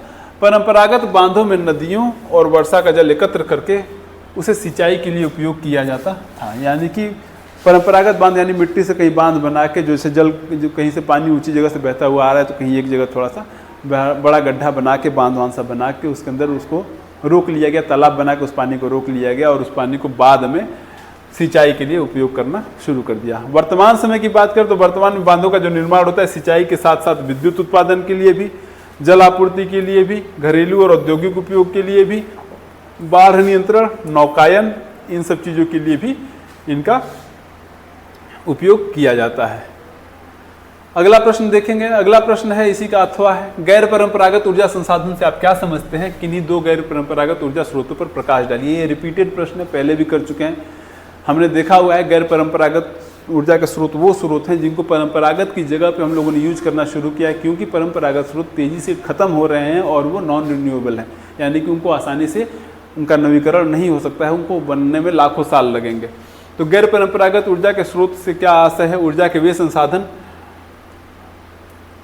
जो दीर्घ काल तक उपयोग करने के पश्चात पुनः बने रहते हैं तथा उपयोग में लाए जाते हैं, उन्हें अक्षयी या नवीकरणीय या गैर परंपरागत ऊर्जा संसाधन कहते हैं। ये चूंकि उनको मैंने नया यूज करना शुरू किया है और ये इजीली बन जाते हैं, मतलब ये ख़त्म नहीं होंगे, तो इसीलिए हम लोग इनको गैर परंपरागत कहते हैं। भारत में गैर परंपरागत ऊर्जा संसाधन के स्रोत कौन कौन से हैं देखेंगे तो पहले सौर ऊर्जा है। यह सूर्य की किरणों से प्राप्त की जाती है। इसे प्रौद्योगिकी के उपयोग द्वारा विद्युत ऊर्जा या तापीय ऊर्जा में परिवर्तित किया जाता है। ठीक है, फोटोवोल्टिक टेक्नोलॉजी होती है, उसके तहत क्या करते हैं, सोलर एनर्जी को हम लोग तापीय एनर्जी में या विद्युत एनर्जी में कन्वर्ट कर लेते हैं। भारत में सौर ऊर्जा की असीम संभावनाएं हैं। अब चूंकि देखेंगे तो हमारा देश जो उष्णकटिबंधीय क्षेत्र में आता है, तो यहाँ पे सौर ऊर्जा जो है यानी सूर्य जो है बहुत समय तक, लंबे समय तक चमकता है, तो बहुत ज़्यादा सनलाइट हमें मिलती है, तो सौर ऊर्जा की असीम संभावनाएं हमारे देश में देखने को मिलती हैं। भारत में इस ऊर्जा के उपयोग की ओर तेजी से सरकार का ध्यान गया है। भारत में मध्य प्रदेश के रीवा में एशिया का सबसे बड़ा सौर ऊर्जा संयंत्र स्थापित किया गया है। अगला देखेंगे भूतापीय ऊर्जा। इस ऊर्जा के अंतर्गत भूगर्भ की ऊर्जा का उपयोग विद्युत बनाने में किया जाता है, विद्युत उत्पादन या ताप उत्पादन के लिए किया जाता है। यानी भूगर्भिक ऊर्जा, धरती के जो अंदर की जो ऊर्जा है, यानी जो जमीन के अंदर जो है लावा है और जो जिसे मैग्मा कहते हैं, उसके जो तापमान को यूज किया जाता है विद्युत उत्पादन के लिए। इस प्रकार के संयंत्र गर्म जल के स्रोतों के पास लगाए जाते हैं। बहुत सारे ऐसे भी हो क्या कहते हैं वार्म वाटर सोर्सेस हैं जिनके अंदर से गर्म पानी निकलता है। कई जगहों पे है ऐसा, आप जाएंगे हिमाचल में मणिकरण एक जगह है, वहाँ पे जाएंगे तो वहाँ पे गर्म पानी का पूरी नदी जैसी बह रही है, गर्म पानी की ऐसे उबलता हुआ पानी उसमें से निकलता है। तो ऐसी जगहों पे लगाए जाते हैं। भारत में तातापानी छत्तीसगढ़, पुग घाटी जम्मू कश्मीर तथा चमोली उत्तराखंड या पार्वती घाटी हिमाचल प्रदेश, ये जो पार्वती वैली जो मैंने बताया मणिकरण, यही पार्वती घाटी में यही है। उसी जगह पे आप जाएंगे तो गर्म पानी के सोते हैं, वहाँ पे जो पानी निकल रहा है ना, एकदम गर्म उबलता हुआ सा पानी निकल रहा है। तो ऐसी जगहों पे संयंत्र लगा दिए जाते हैं, उस गर्मी को यूज करके बिजली बनाते हैं। तो इन जगहों पे ऐसी संभावनाएं हैं। इन स्थानों पर भूतापीय ऊर्जा के संयंत्र स्थापित किए जा रहे हैं। अगला प्रश्न देखते हैं। अगला मानचित्र संबंधी प्रश्न है। तो आपको पता ही है इसमें हम क्या करेंगे, जो भी क्वेश्चंस हैं इनके आंसर यहाँ देख लेंगे और उनको मार्क कर लेंगे आगे मैप पे। तो सबसे पहले वह स्थान जहाँ चौरी चौरा की घटना घटी थी। चौरी चौरा की घटना गोरखपुर जिले में चौरी चौरा नाम का स्थान है। वहाँ पे थाने के अंदर 20-22 पुलिस वालों को जिंदा जला दिया गया था, क्योंकि उन लोगों ने एक पीसफुल प्रोसेसन जो चल रहा था, एक शांति से एक प्रोसेसन चल रहा था, उस पर उन्होंने गोली चला दी और उसके बाद से भाग के थाने में छुप गए। तो लोगों ने गुस्से में आके वो पूरा थाना जला दिया था। 1922 की घटना है, ये गोरखपुर ज़िले में है, उत्तर प्रदेश। ठीक है। वह स्थान जहां नील की खेती करने वाले किसानों का आंदोलन हुआ था। ये कई बार हो चुका है। चंपारण आंदोलन जो हुआ था, चंपारण में हुआ था, गांधी जी ने इसे लीड किया था। वह स्थान जहां सर्वप्रथम महात्मा गांधी जी ने नमक बनाया था, दांडी में हुआ था, जो कि गुजरात के अंदर है। वह स्थान जहां दिसंबर 1929 में भारतीय राष्ट्रीय कांग्रेस का अधिवेशन हुआ था, ये भी रिपीटेड है, ये लाहौर में हुआ था। उसके अलावा वह स्थान जहां चंद्रशेखर आज़ाद शहीद हुए थे, तो चंद्रशेखर आज़ाद जी शहीद हुए थे जहां पे वो प्रयागराज में है, उसका नाम है चंद्रशेखर आज़ाद पार्क। ठीक है, आइए इन सब चीज़ों को एक बार देख लेते हैं।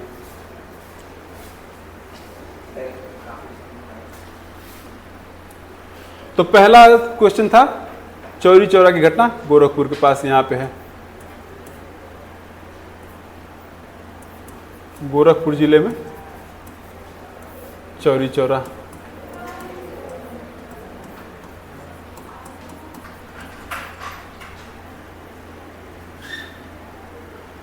दूसरा क्वेश्चन क्या था? दूसरा क्वेश्चन था नील की खेती करने वाले किसानों का आंदोलन चंपारण बिहार में, तो इसको मार्क कर लीजिएगा। ये हमारा बिहार है, बिहार में यहाँ पे मार्क कर लीजिएगा। चंपारण में इन्होंने मार्क कर लीजिए, ये नील की खेती वाले किसानों का आंदोलन यहाँ बिहार में हुआ था। तीसरा क्वेश्चन क्या था? तीसरा क्वेश्चन जहाँ पे महात्मा गांधी जी ने नमक बनाया था, दांडी में नमक बनाया था उन्होंने, जो कि गुजरात में होता है। तो ये हमारा गुजरात है, यहाँ पे इन्होंने दांडी में नमक बनाया था।